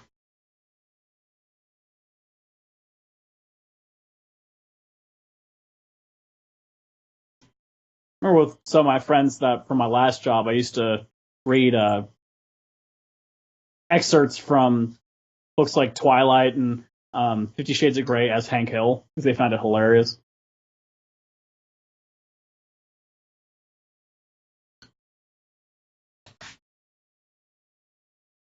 I remember seeing the commercials for The Giver, and here's the thing, I read the book and I liked it a lot. I read it in middle school, and then I saw the commercials, and I saw that the dude who was supposed to be 12 years old is now, like, 17, and I said, yeah, no. Also, speaking of age being confusion, I texted Thorne the other day because I was reading Ni no Kuni on Wikipedia. Did you know that Oliver's 13? I thought he was, like, 9. Exactly. I ended up texting right afterwards. He's not young. The excuse he's too young doesn't work anymore. He's just stupid. Which that's a one number. Like that's one number away from a perfectly okay excuse for why he's cardboard. And why he dresses like he's 9.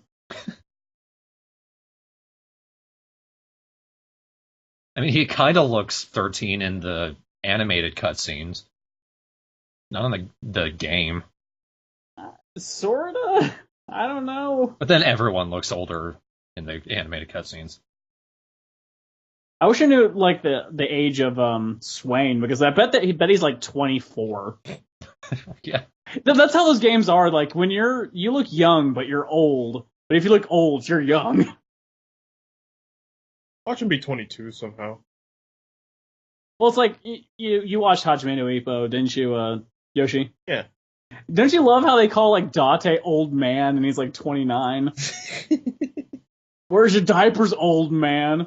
At 29. What I love about this series is it's so old and so long that like even like if they make current episodes, they have them watch VHS tapes. They made a PS3 game of Hajime no Ippo. I want to play so bad. I watched gameplay of it. It looks so fun. Oh yeah, another movie I meant to go see, The Book of Life. Which one's that? The one where like it has like that beautiful Mexican art style. Where I heard. Oh yeah, I heard that wasn't that great. I just like it. I just like the way it looks so much. Oh yeah, I like Dios de los Muertos and stuff like that, and Grim Fandango. Who played Grim Fandango when they were young? I did. I played it in middle school because it was on one of the computers for a Spanish class, and I was like, okay, they think this is like in-depth Spanish learning, but this is just awesome.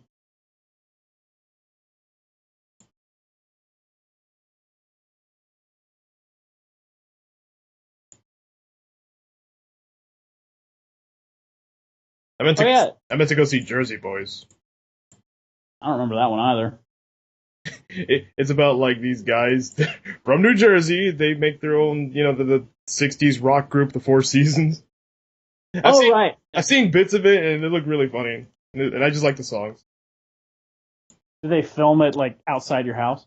Yeah. Actually, no. Funny thing is, the only movie that's ever been filmed near where I live, and it was literally down the street, Be Kind, Rewind, with Jack Black. That movie was okay. I remember. It got worse the longer it went. But I never seen it, but I just know that it was filmed here. I've only seen like 5 minutes of it. And I remember because I was in high school when they were filming it, and so they had a shot that they were filming a shot. It was on the street where I needed to fucking cross, and I wanted to go home, but it was like a dude who's like, hold on, we're filming. And I had to fucking stand there for like 5 minutes just for them to do a damn take. And I'm just like, I want to go home. Get out of my way. Hold on. Jack Black is really high right now. I want to get out of here. I didn't even fucking see Jack Black. How could you miss him? He's probably just running down the street with that midget bike going, ah! Like every day when I walked back, I used to walk to school. I would walk back and forth, and I never saw the fucker. I never saw anybody. You probably saw most of like he would do. And then I remember I saw a scene in the movie where I see like the bridge, and there's like a bridge, and then I see like a fire hydrant there, and I'm like, hey, wait a minute, there isn't a fire hydrant there. They put a fire hydrant there. How dare they? Sometimes I hate when they do that. It's like, really? Is this gonna help your film? Like, is this describing anything? Like, it bugged me because it's like, well, what's the point of the fire hydrant? Because I know it's not supposed to be there because it's so impractical. I'm always bothered when movies put things in there that have no point. Like, no point in the actual story or the point that they're making. Why I don't like Quentin Tarantino movies because he wastes a lot of time, but I'm one of the unpopular minorities and not caring for his film style.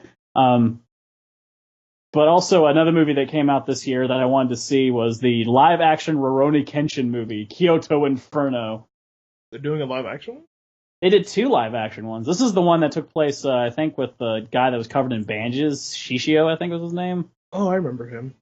Yeah, it was Shishio. I used to watch it. They did a live-action adaptation of that season, which was like their best season.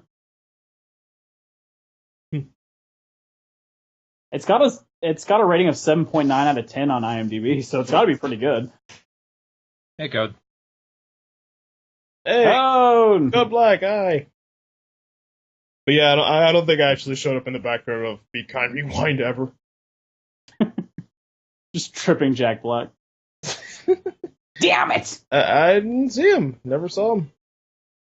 I mean, I don't know if I ever even wanted to meet him because he's cool, I guess. But like, you're not like in my top 5 or anything. I'm not gonna wait in line to meet you. Yeah, that kind of thing. Like, oh, it's Jack Black, cool. What happened with Brutal Legend? That'll just be me.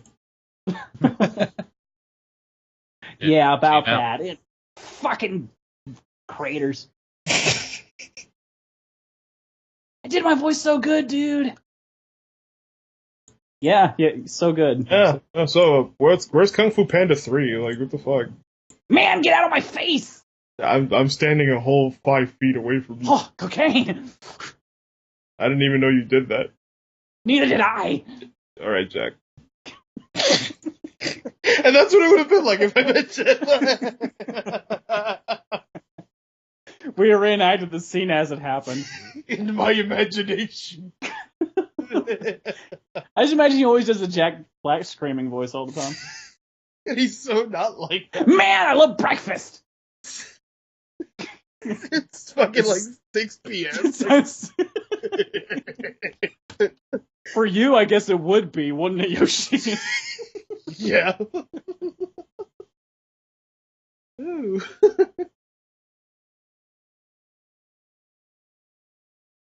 But no, that was the only time that they've ever filmed the movie here. Here in glorious Passaic, New Jersey. I remember my dad became an accidental extra on Walker, Texas Ranger. Really? He was driving to and from work, and he had to drive through an area where they're filming, and they're like, could you come, drive by this area right here? We're filming a scene for Walker, Texas Ranger. He's like, well, yeah, sure. Don't ever watch the show, but I guess. And then, so he does that kind of scene. He goes out, and they kind of, get him to sign a form thing. And then he overhears them going like, you guys need to get out of here. Chuck Norris doesn't want to see any of you. And he's like, why? He's like, he just doesn't like extras. Okay. I'm like, what a dick. All right, Chuck. You ain't that great. Maybe he was pumping himself up by becoming Walker, Texas Ranger in his trailer. And seeing one person who's not supposed to be in the scene detonates all that? I will kill you.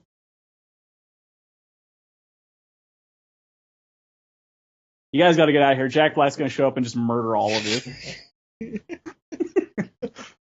Do you remember Be Kind Rewind? That shit was hype.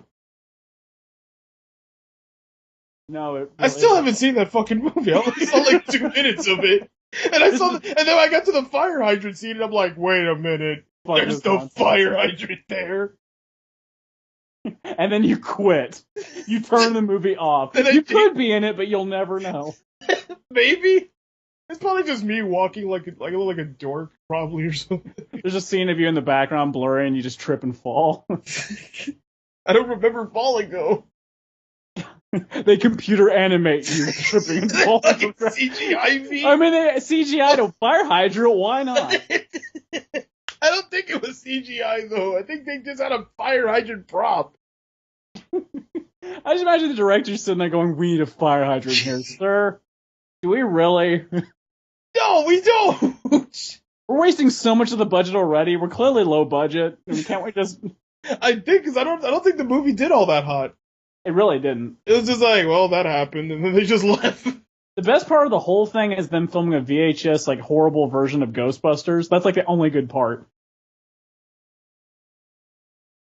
I got slimed.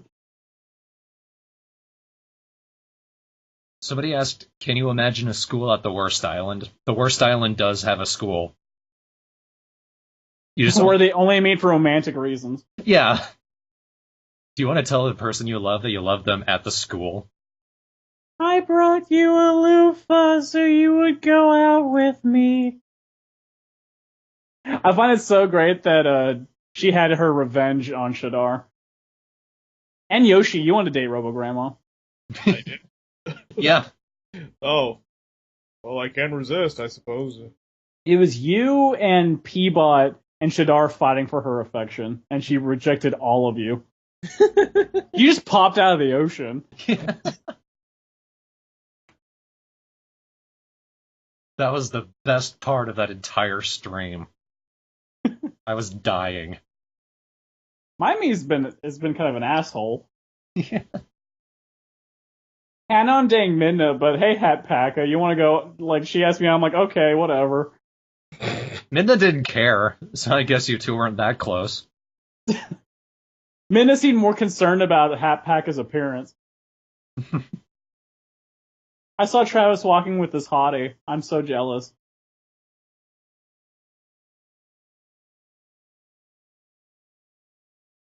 I mean, Midna's clearly into Miami, but she just won't bite the bullet. You gotta let that shit go, Thor. every time your me has been start dating anyone. That's because you know that people knock the friend zone thing. You've been put in the me's been put in the friend zone pretty much. Where it's just like, I'm gonna talk like I'm hot on, but you're my best friend, right? And they're just like, yeah. I don't know why, but whenever somebody mentions the friend zone, I imagine like this Chuck E. Cheese for adults who are really sad, and they're like holding red cups with drinks in them, and they just kind of sit around. I just imagine a zone in the airport where a bunch of sad people are standing. I don't know why that's what I The think. friend zone is for friends only. Like, I'll go to the friend zone and fucking make some damn friends. It sounds fucking cool. They're all sitting at tables with party hats on and big pizzas. Yeah. Giant frowns. Yep. Like, that's what I always imagine. Like, why wanted you be there? You could meet some people, you know? It's Friend Zone, the friendly frog, and this mascot comes out dressed as a frog looking sad. Human proportion. Yep. In a wheelchair. It just walks out with its arms like front forwards. Hey guys, I hope you love your Friend Zone pizza. As much as you love your friends. Wheelchair breaks. What, is the frog mascot in a wheelchair? Yeah, I said he was in a wheelchair. So just snaps, he flips backwards.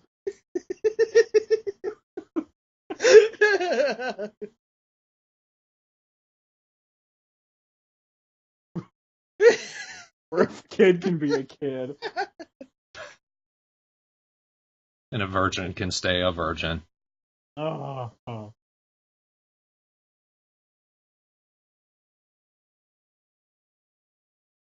The friend zone is a bullshit concept anyway. I think it depends on what the today. until it becomes a restaurant. I'll do it. I'll fucking get a load and start the friend zone. Come on, let's make some friends, guys. Yeah.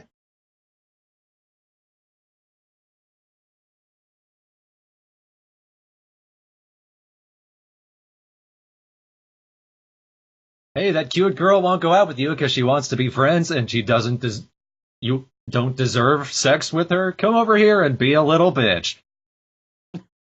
See, to me, friend zone kind of, this might be a little controversial, but I think friend zone, the word, fits under the same connotation as racist, the word, that I think a million people misuse it. I think it exists out there, but it's such a niche area. Most people just can't, it's just they can't handle rejection.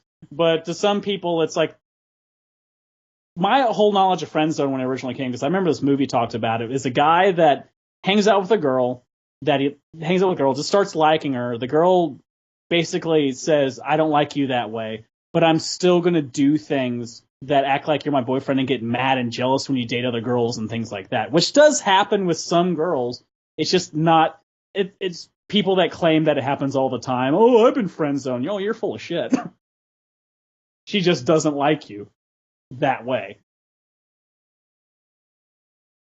All that being said, Yoshi and I know a guy who his uncle was friend zoned by a prostitute, and that's hilarious. Did he pay? No. And it's just like, look, I'm just not into you that way. I just paid you $500. No. Can we just get pizza at the friend zone? No, like the dude knows the prostitute. Apparently they're friends, and he was like, "No, I'll pay you for this." He's like, "No, we're too close."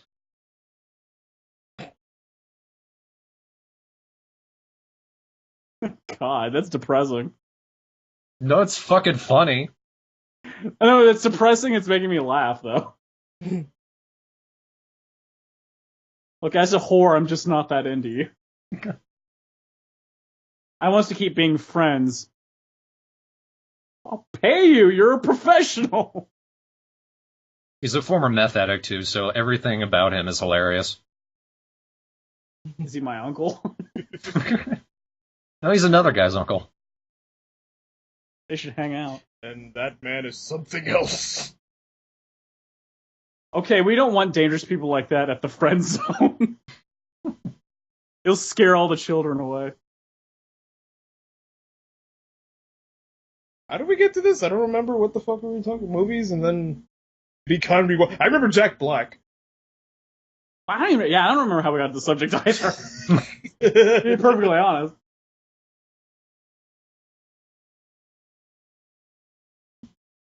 I do still like the idea of the restaurant, though. well, I'm gonna make some blueprints, and I actually do have like this honest, genuine blueprint for something else. But I could be the other project. Is it the watch? No, it's not the watch. I mean, like for an actual business. Okay. Yeah, it's the watch. Whatever. Well, I didn't know if that could be a business model.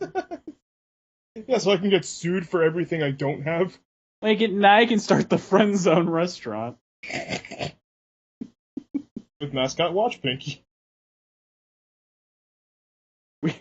Our new feature ride, the slide you go down where a guy at the bottom goes, she's just not that into you, dude. Yay, again!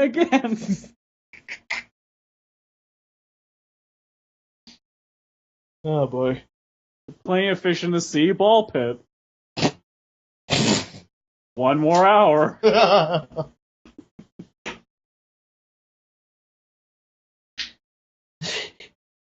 We need to do a Kickstarter. Whoever Patreons us $1 million gets their name added to the Friend Zone restaurant. You become the floor manager. You become the floor manager. And congratulations, you have a job. You get your name written on the dude's bathroom. On the door. Just a little plaque just for you.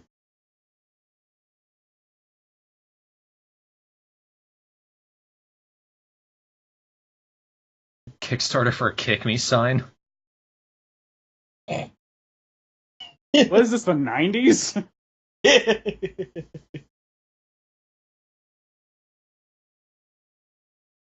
How about a Kickstarter for Eat My Shorts? $5 million. $5 million later.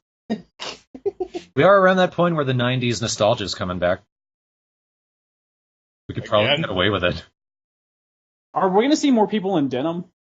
Again? Like whole denim suits? Denim suits? Like Justin Timberlake? You're gonna have a denim wedding where everybody's dressed in denim. Nice day for a denim wedding.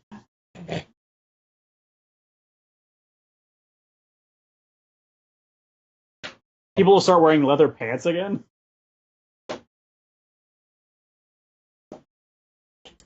Could bring back the tie-dye shirts.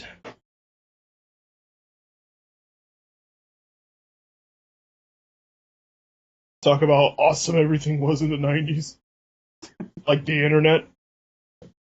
And medicine advancements. Do you hear a lot of people talk about that? Oh man, dude, remember the 90s when they advanced medicine? No? I do. Remember floppy disks?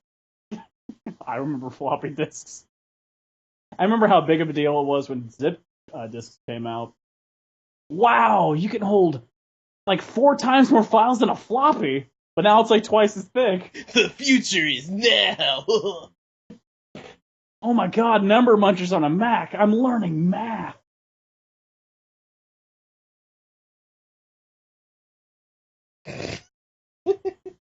I was truly a 90s kid because I was around there. Those, everyone tries to remember, oh yeah, 98, 99. I remember being a kid around 92, 93. And the stupid shit that came out at that point. I did have a badass Super Mario shirt that had a big picture of Yoshi and it looked like graffiti. It was awesome.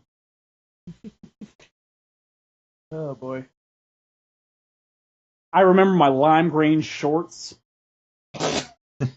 Love how proudly you said that. I'm proud that I remembered. Not proud of the object.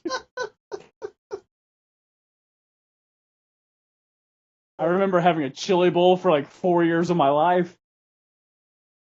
Yeah, when people remember the 90s, do they remember that crap? No. Chili bowl for 4 years? Chili bowl haircut. Was it just, Not the food. I had had nothing but chili for 4 years. Don't you remember the 90s?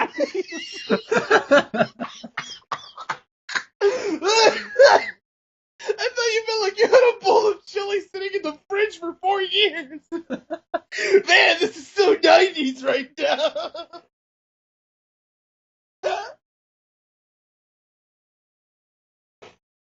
Don't you remember, guys?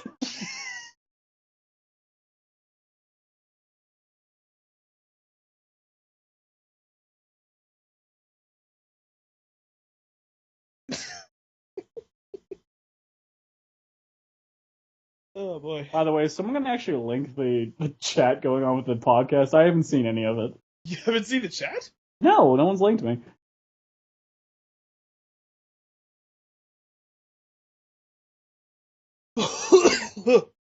Oh.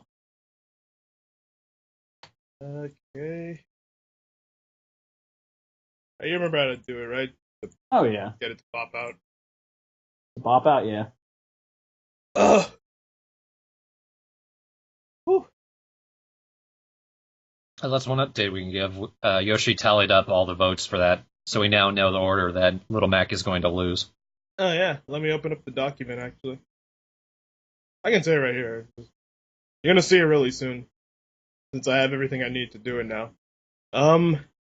Not surprisingly, Glass Joe got the most votes. A whole 35. Votes. Second place, Bear Hugger with 22 votes. And this was actually surprising for me, but third place was the Secret Fighter. Did they vote on the order too? No, not the order. I just figured like, okay, most popular should go last. That's what I felt. So does that mean when you show the secret fighter, is it going to be for the losing fight? Oh no. I'm gonna do that fight legitimately. Like if we've never fought him before, then I'll cycle through everybody and then I'll get to him again. Because after you fight him, all the fights are randomized. I think sometimes you can get the same fighter twice, even if you beat them.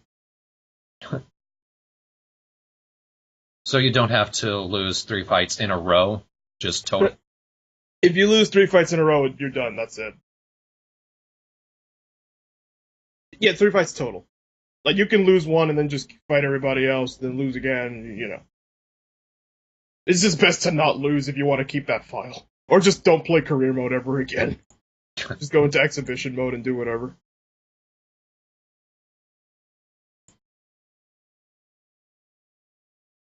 The ones that ended up with the least votes was Great Tiger and Bald Bull. They each got 1. Because Bald Bull sucks. If it wasn't for the Secret Fighter, the other person who would have had it would have been Mr. Sandman. He had 9. And behind him was Disco Kid with 7.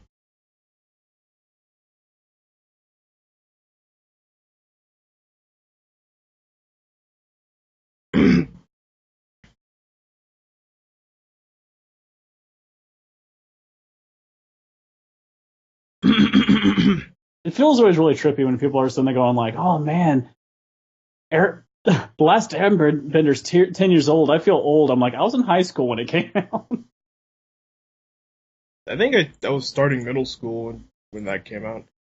You want to know what? I still haven't seen Avatar.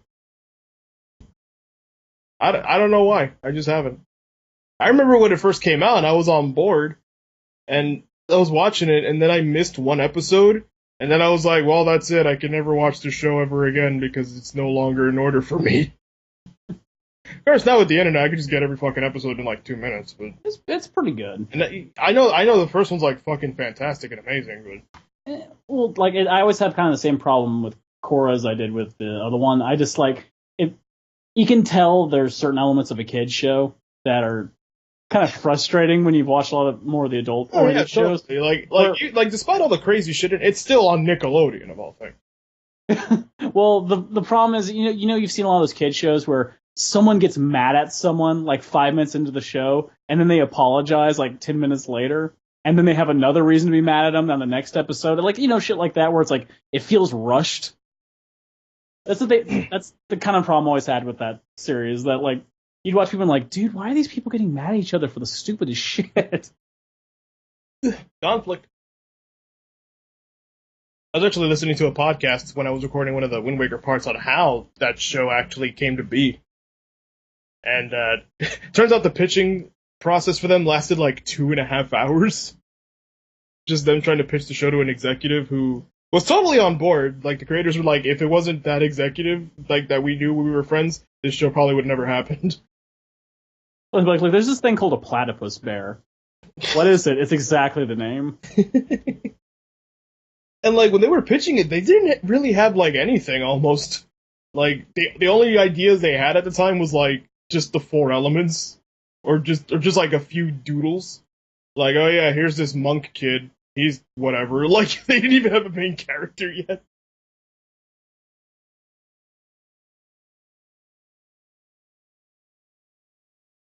It's a really interesting podcast. It was one of the Nerdist Writers panels. Which I've been fucking addicted to lately. The Avatar series just me always felt super rushed, which doesn't make any sense because they always have a lot of episodes to work with.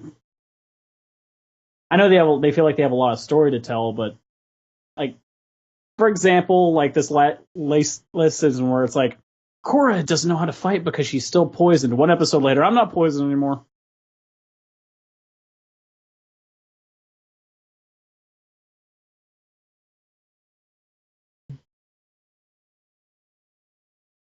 I kind of appreciate stories that contain characters that they have their moments where they have to do shit, and then there's also moments where you take time to develop them on kind of like downtime. I appreciate the downtime. I do too. Yeah. Like, did you guys play Dragon Age Origins, the original 3D one? No. How about Mass Effect? No. God damn it, stop it. Well, I know about it, I just don't have it. Well, I'll use it as an example either way. The fighting parts are always a lot of fun, but the parts that always end up selling me more on the characters and are more enjoyable are the times we're just on the ship talking. Because you get to learn more about them and you develop these chemistries with them and things like that, and you get a better idea with them, and you just don't get that much in Avatar because they always have so much to do all the time. Yeah, that's 90% of all of the writing that I do for the comic, too. So much so that I feel like there's going to be too much of it. Well, like, another series that I think suffers from it is, like, some people, if you remember, like, Fullmetal Alchemist and Fullmetal Alchemist Brotherhood, I actually like the original one better because they had those moments to develop people more, and the action was a little more sparse, and it made it feel more special because of it. Anytime there was a fight, it meant something. Brotherhood was good, but there was a fight every episode, multiple fights, in fact, where a lot of times it just kind of lost its luster at a point. It was pretty, but it was just, they sometimes felt like, okay, here's a fight leading to a fight, leading to a fight, leading to a fight. And that's one of the problems I had with, especially Korra. It was just fight, led into a fight, led into a fight, led into a fight.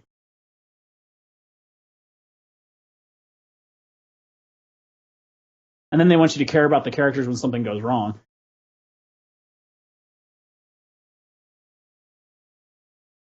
You know what, Karakamana, for as much as people complain about the ending of the original Fullmetal Alchemist, it didn't bother me. I kind of liked it. And it could have been better, but it definitely wasn't bad. Problem with the Brotherhood version, it was so shonen. We beat the bad guy, and everyone lived happily ever after. It became a little too predictable. The original ending was kind of unique. There was unresolved things, and there was a story to go on to with future events. The other one's kind of more like, hey, everyone's happy.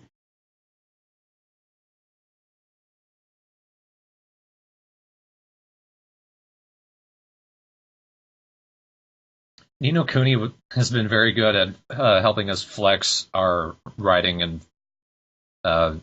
sort of character philosophy muscles.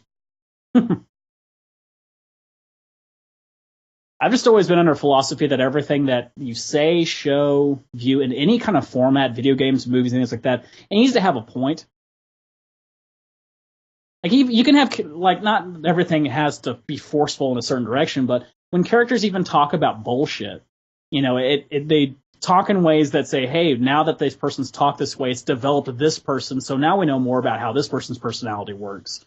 Or things like that. The thing that was frustrating about Ni no Kuni is that a lot of the words they were talked about were just reiterations of each other, or reiterations of things they just talked about.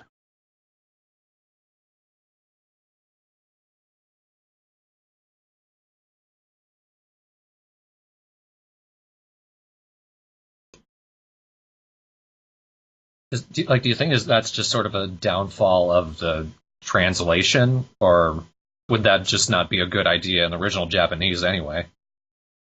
Well, it's kind of hard to say because, I haven't seen the original Japanese or be able to have that kind of directly translated, but it could be. It could be the fact that it was, those things tend to be a little bit more wordy, but at the same time, I doubt really that much.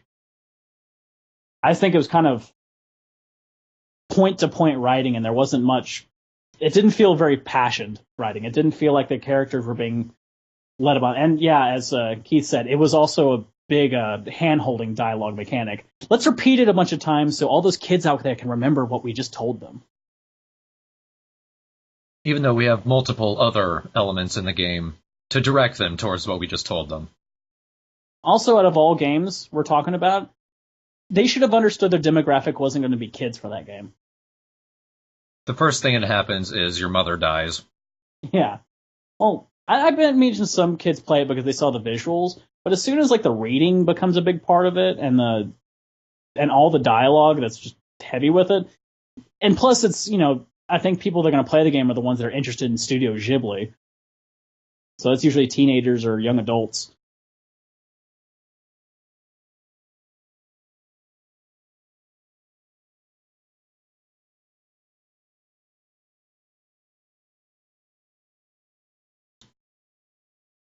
That's one of the things I liked about Shovel Knight. Little to no hand-holding. I think it's what a lot of people still like about old school games, because old school games would never do that. Some would do it to a painful degree a lot of times, where it's just like, okay, they throw you in a game, they don't tell you controls go. I know with games getting more complicated, sometimes you have to encourage people, but you can notice those good games a lot of times, they don't necessarily tell you how to do it. They give you some kind of visual cue that helps you figure it out. Or something that kind of tells you without telling you. And good movies will do the same thing. They'll describe things without necessarily having someone give you exposition. Exposition is a killer when it comes to those things. It's boring, and it really does ruin any kind of emotional resonance with any kind of point you're making.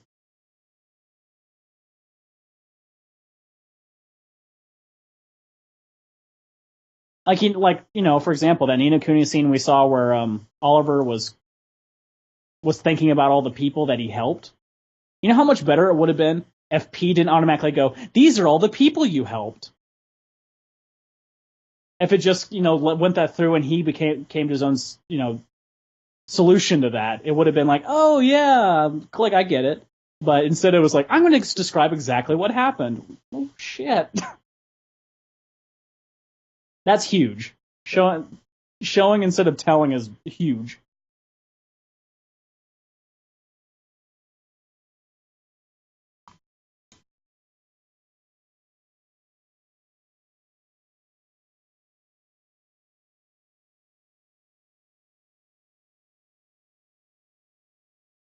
So yeah, listen to me blab about writing for a while.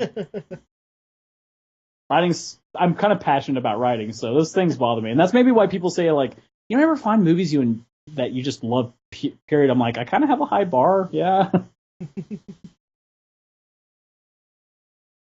I like talking about writing. I think one of the best pieces of advice that I got for anything, it could really apply to anything, was from my design teacher back in high school, where he said, less is more. And he's right. Absolutely. And not just art, just writing in general. You can show so much in one shot of a character, just look at their desk. Doesn't tell them anything. Just look at the items, look at the images on the wall. You'd say a whole bunch. One thing I still need to work on that I'm definitely noticing. Your writing is much, much better when you take out the adverbs. Or it's either don't write very. Don't write really. Even though I'm saying that right now, but They're styrofoam peanuts. That's all they are.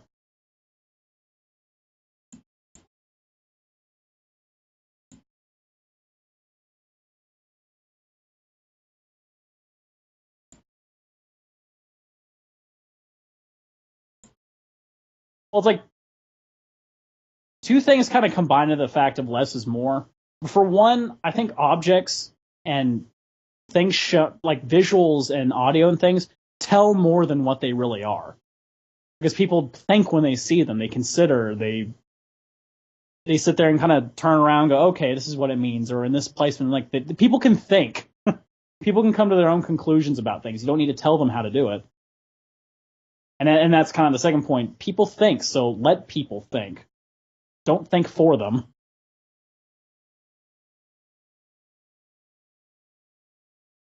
Some series come off too trying to fan pleasing sometimes, and they lose that sight where they go kind of like, okay, I'm going to do exactly what I think people would want, as opposed to necessarily what they want.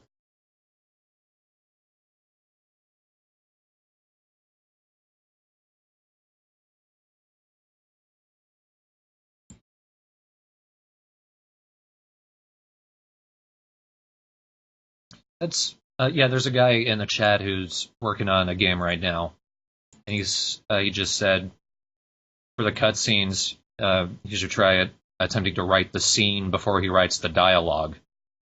Yeah, that could be a very good idea. I kind of visualize when I write like that, because if I write what's going around you first, it's painting the world in first in my brain, and then you write the dialogue around the world. You could go the reverse and write with the dialogue first, but then you're writing people in a blank space.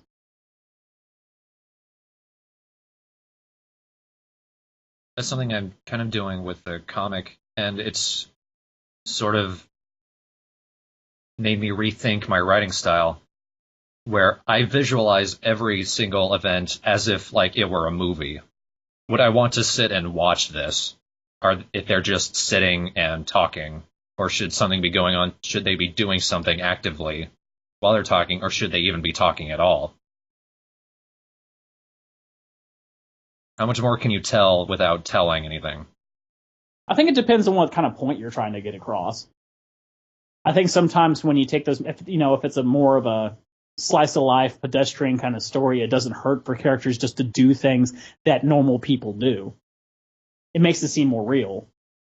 Like you could have someone talking while they're chopping onions for dinner. The chopping onions probably doesn't have a point to the story, but in an abstract way, it just tells, hey, these people live a regular life. They're cooking. And it also gives it, something a little busier to work with. It draws more attention than just sitting there or standing.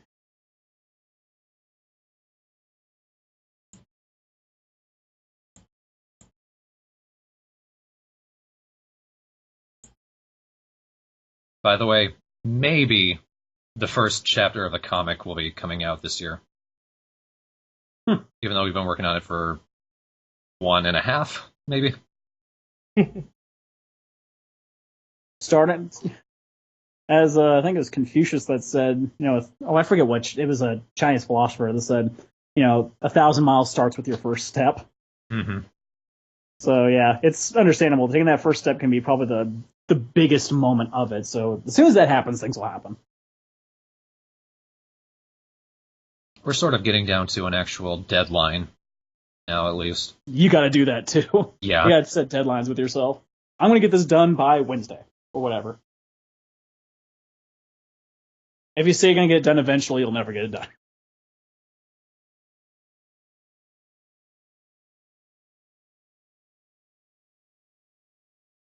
If anyone's listening and finds themselves kind of in that position where you're writing something or you're translating something written to something else, what I've always done when I was editing Sergeant Frog Abridged or any of our other Abridged series is I would actually take the script and kind of separate them, take maybe one page, maybe a section of a page, and above that set of dialogue, put this one day.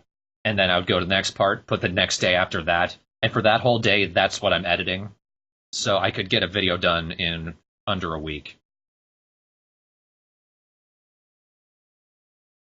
Or if, like, you get half... It's a good process. Yeah, or like if I got halfway through something and I thought I don't want to continue, I could just readjust what I'm editing, maybe take another extra day, but by the end of the week I have a video done.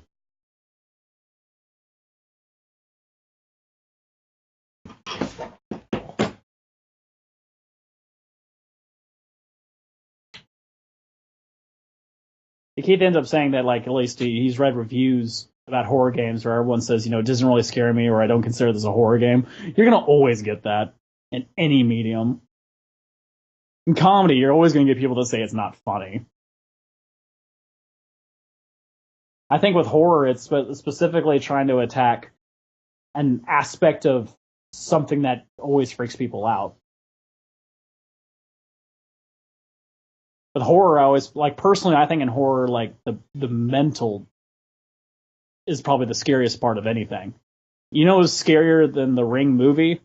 The fact that the Ring movie put into your brain that you're in front of an everyday item, a TV, and oh shit, a girl could pop out of that TV. It's probably not going to be true, but the way they did it was in a way that made you uncomfortable to be around your TV for a while.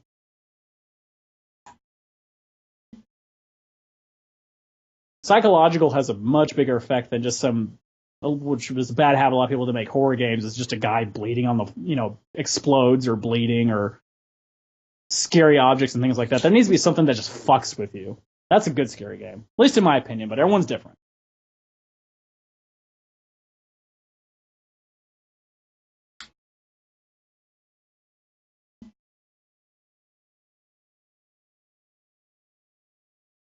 I found Five Nights at Freddy to be campy and jump scary, but it wasn't like scary necessarily. One of those things of jumping at you with a loud noise, which honestly just pisses me off more than anything. That's one of the things that a lot of people say, yeah, that's not scary. That's surprising. But then so is a cat suddenly appearing in your computer. Well, I think the only advantage that sometimes comes from the jump scare, especially if you're aware of it, is the anticipation. And I think that could be the scary part. A lot of things kind of do that. Like, I remember seeing this video where it's just a video of you see there's a spider inside of this hole inside of this wall, and it's going to jump out. But they don't tell you when. So you're just looking at the shot of this hole, and you're just getting kind of more nervous and more because you're gonna get jump scared any moment now, and that can be tense. The knowledge of being scared, like jump scared or things like that, is scary in itself. But then the jump scare loses impact by that point because you built it up so much.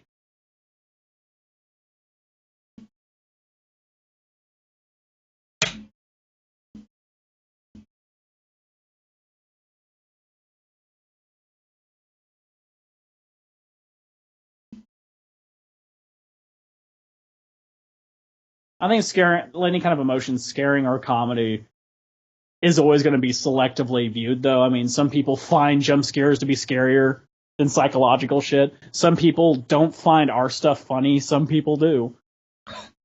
Right. It's just, that's how people work. You can't. I don't think there's really ever really such thing as universal horror or universal comedy. It doesn't exist. And if it does exist, it's probably boring. That's right, you hear music in the background.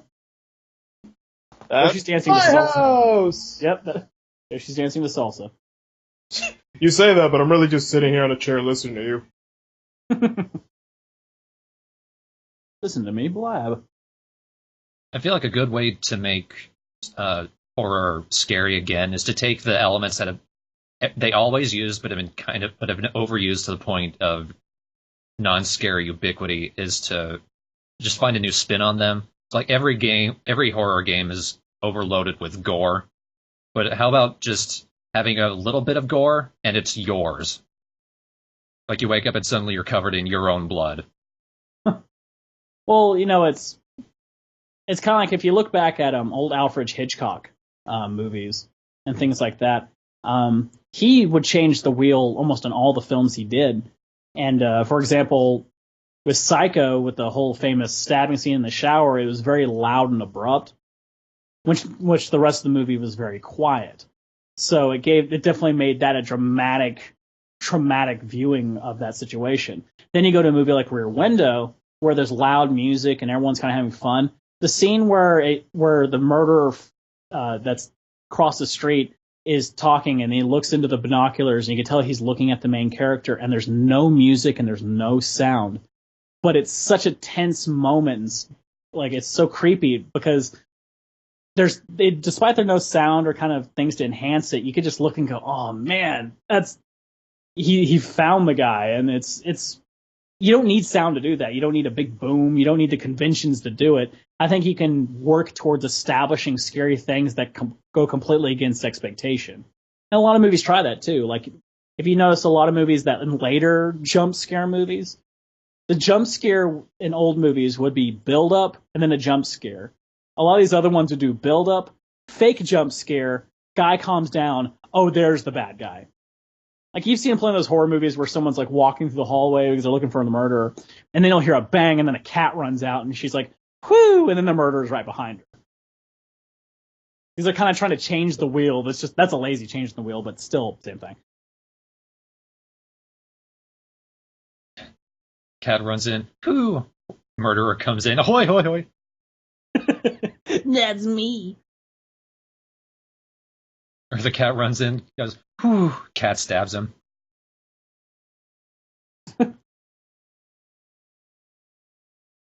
I think that'd be kind of hilarious and scary at the same time.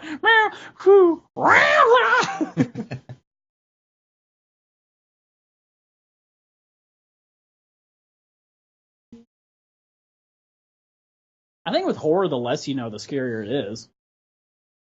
It's the lack of knowledge that makes it kind of terrifying. Because if you know about it, you might know how to fight it. If you don't know anything about it, you can't fight it. I think it's also more terrifying, especially with horror movies, and it could be horror games too, that even at the end, you don't know much. Because you're just as much of a victim of this issue as the person. I'll take the Ring movie again. We don't know how this girl managed to possess a videotape and why she's still murdering. But she is. You know, and I got freaked out by, I'll admit I got freaked out by the Blair Witch Project. They didn't explain shit in that movie about they didn't show what killed her. They didn't show how these people died. They just died. And it made it that much more freaky because you never knew.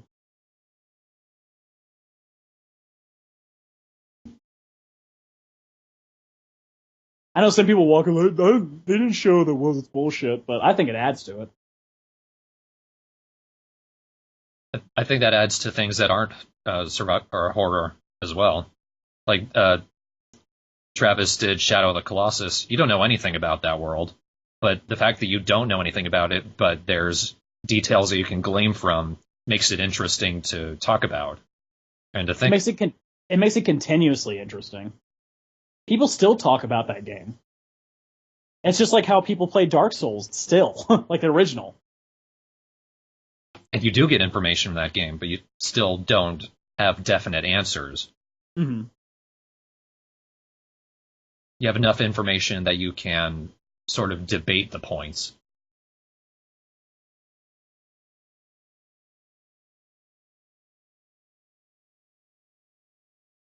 Well, it's also why movies like the original Alien was scary, but later ones were not. Because the more information we got on the aliens, the less scary it was. The Thing was the same way. We don't know where the Thing came from. At the end of the movie, we still don't know where the Thing came from. We were given hints, but we're never told. And it just made the things more impactful.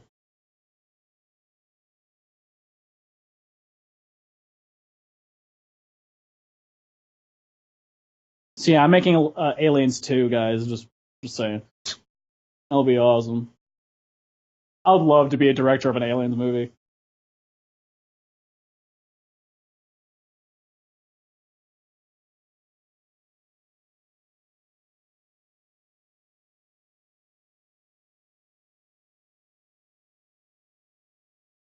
I think some games have tried to do that vague information. I know Evil Within tried to do the whole vague thing.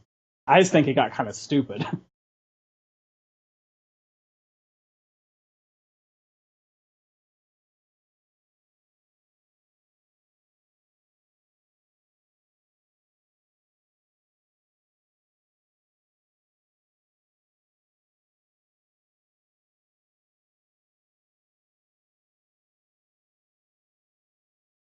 But just remember, Keith, the game itself has to be fun to play on its own.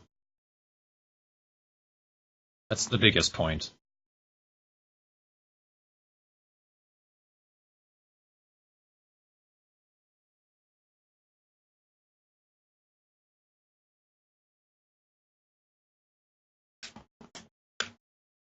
Or at least interesting in a visual or auditory point. It doesn't always have to necessarily be like a control, like anything special controlling like that way. But I think at least if,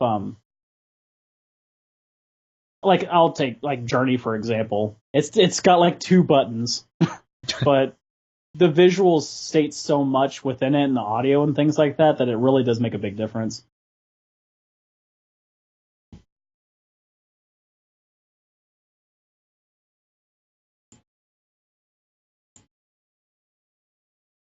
Someone asked how I feel about level progression in games. I'm not quite sure what they mean by that. I think it just means kind of, well, what I would just guess, but level progression in the terms of how games tend to progress themselves and difficulty curves and things like that. It's hard to say because each game is a little bit different. Mm-hmm. I think the most recent example I can give was Shovel Knight in that sort of sense, where it started off pretty easy. First couple of levels, not too difficult, but fun to play through, and then it got progressively harder to the point where you would have quite a lot of difficulty by the end if you're not absolutely solid on it. But enough of a difficulty curve that you could get better at the game along with the difficulty. Or that by the end, you're basically as good as you needed to be. I think with games that provide items is always a really good key of whether things become more difficult. And Shovel Knight's kind of does the same thing. You run into that part of the game where they give you the shotgun. Of course, you need to make the game a little bit harder to make up for that. But it's like, if the game kind of encourages you by giving you tools and opportunities to get better, and then it gets harder, I love that. Now, if the game gave you all those tools and it didn't get any harder, then you get bored by the end. Or if they don't give you enough tools and it just gets inexplicably harder, then it's also, you probably will never finish it. So the gameplay mechanics need to fall in line with where you're going with the difficulty curve and level curve and things like that. It's a fine line.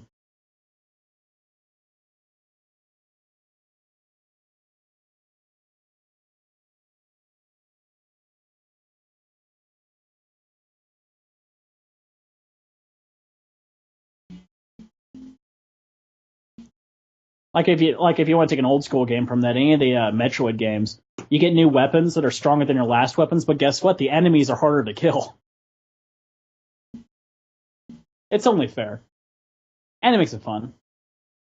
But you can mow through the previous enemies.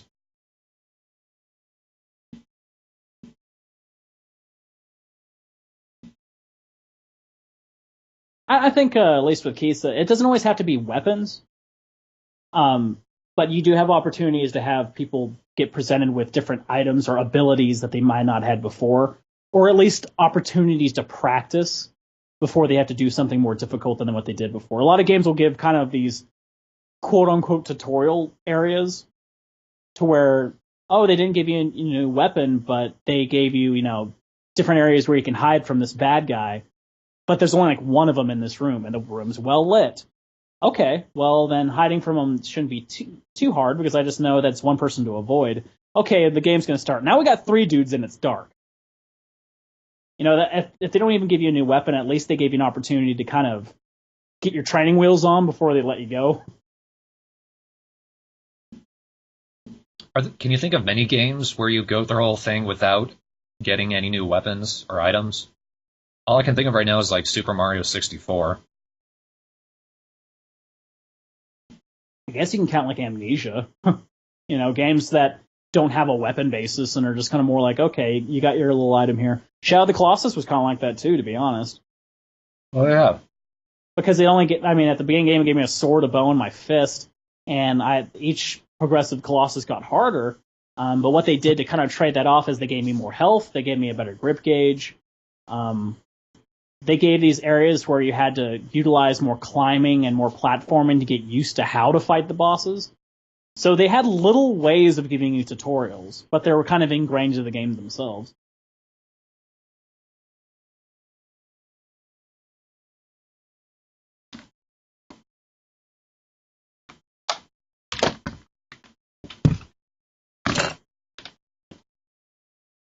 All that noise is me trying and failing to quietly move my keyboard. By slamming it. Right. Against the mic, no less.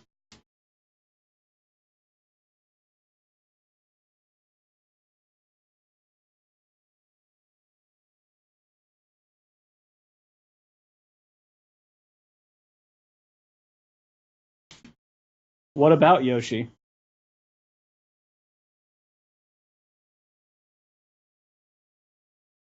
Are you as much a creative on the gaming end as Travis and I are? Or at least... Or is it more like the writing for you? What? There's your answer. Also that. There's Yoshi's answer right now.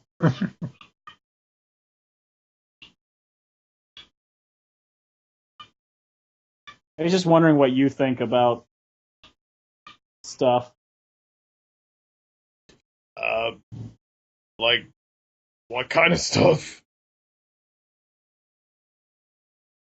Well, like we were talking about gaming with difficulty progressions and things like that. Like, Oh yeah, I was there for that. and this person's like, "What do you think about that?" And now one person's wondering if that was a chicken. I don't know what that was because it wasn't from my side. That was my dog. So, like, the one group of dogs is gone. The shithead that lives with me is still here. So fuking dog still works. Yeah. In singular. Fuking dog.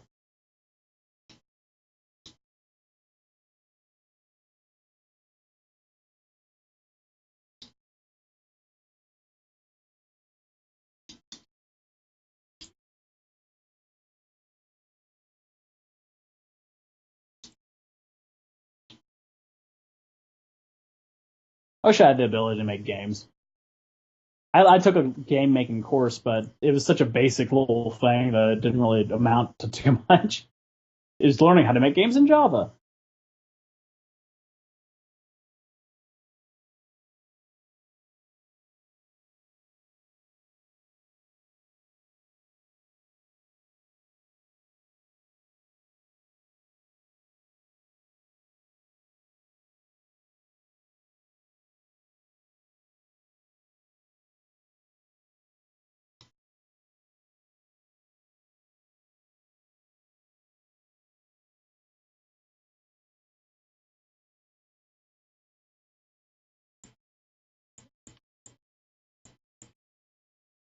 I think we're coming up on a good spot to end. So, if anyone has any last questions, go ahead and ask them. We're going to wrap up pretty soon.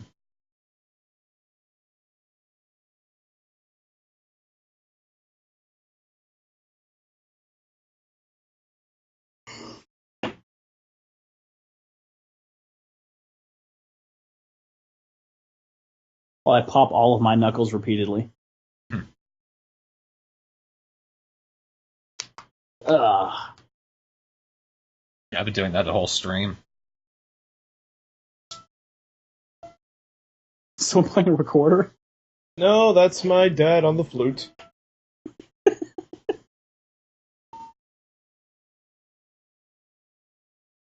You trying to play a song along with the salsa?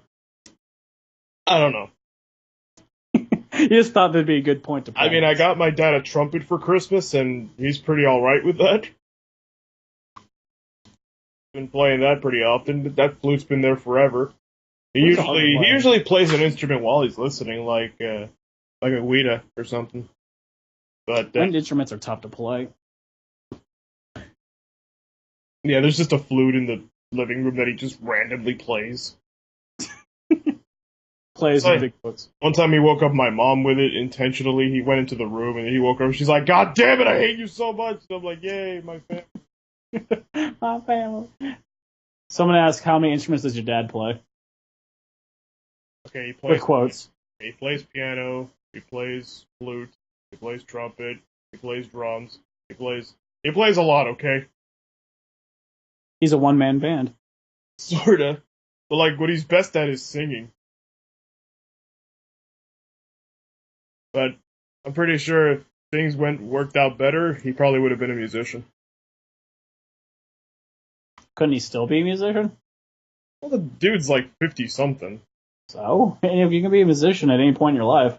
I know people, like, I've heard of artists that become popular until they hit their 50s or 60s. It's just not gonna happen for Cat.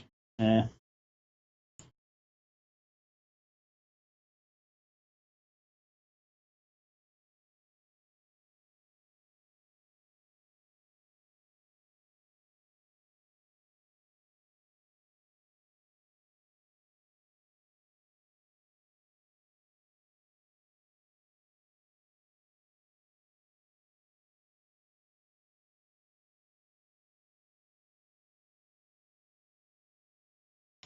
Tell him to play the final countdown.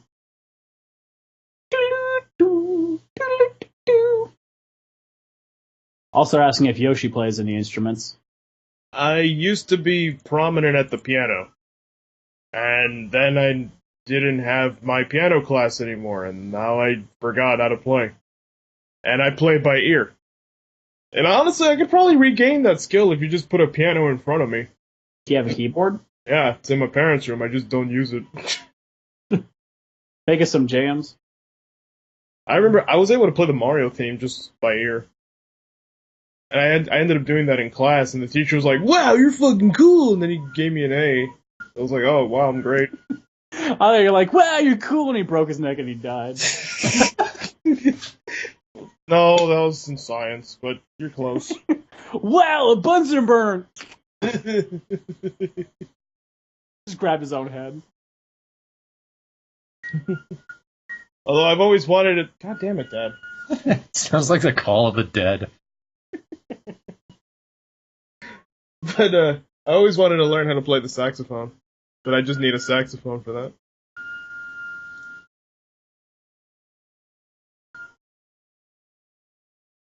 I'm crappy on a guitar, and Oh yeah, that's another thing. I have a guitar, but I don't play it. I just have it. I also played a lot of tuba when I was in middle and high school, and euphonium, and trombone. I played a lot of brass. I have a harmonica too. I have one of those too, and I can't play it.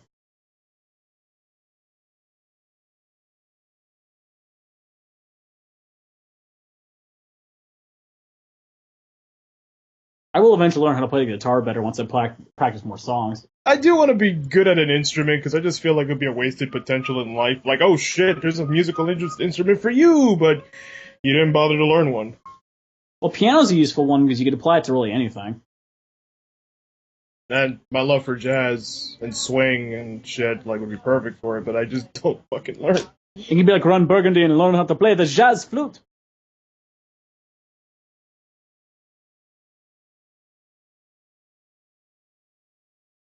Okay, that's not an instrument. That's just my dad. Yep, he's a good singer. You heard that, right? Yeah. He just does that. Did Spanish Link show up? No, he just makes noises for no fucking reason. Or he's trying to replicate the sound of a trumpet or something. My dad can go super high, too. One time we were in a call and he started imitating a turkey.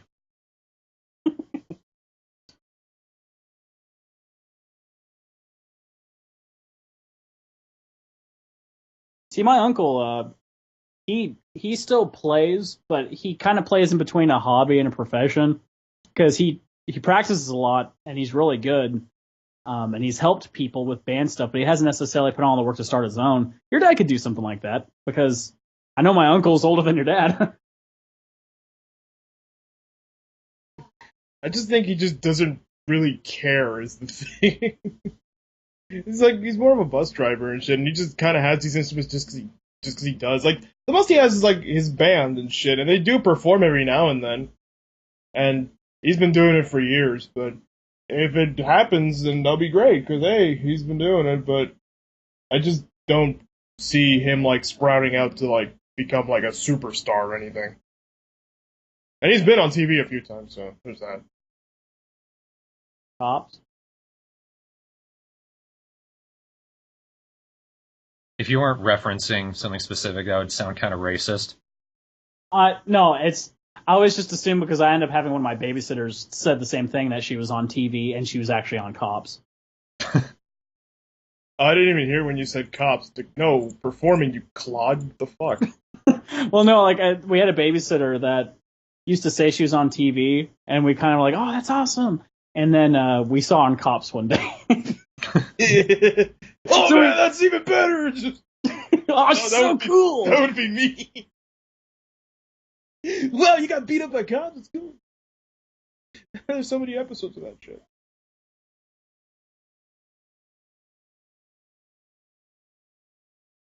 He's probably making those noises because I didn't tell him that I was doing this, so whatever.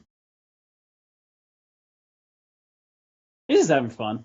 Yeah, he just does this thing. He's hilarious. I am who I am because of him, so...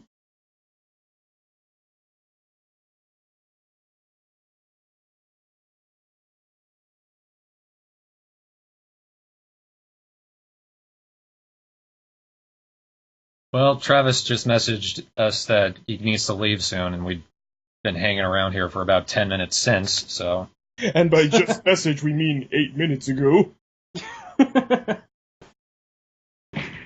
I think now's a good point to call it. Alright. Alright, thanks everyone for listening. Thanks everyone for hanging out. Anniversary!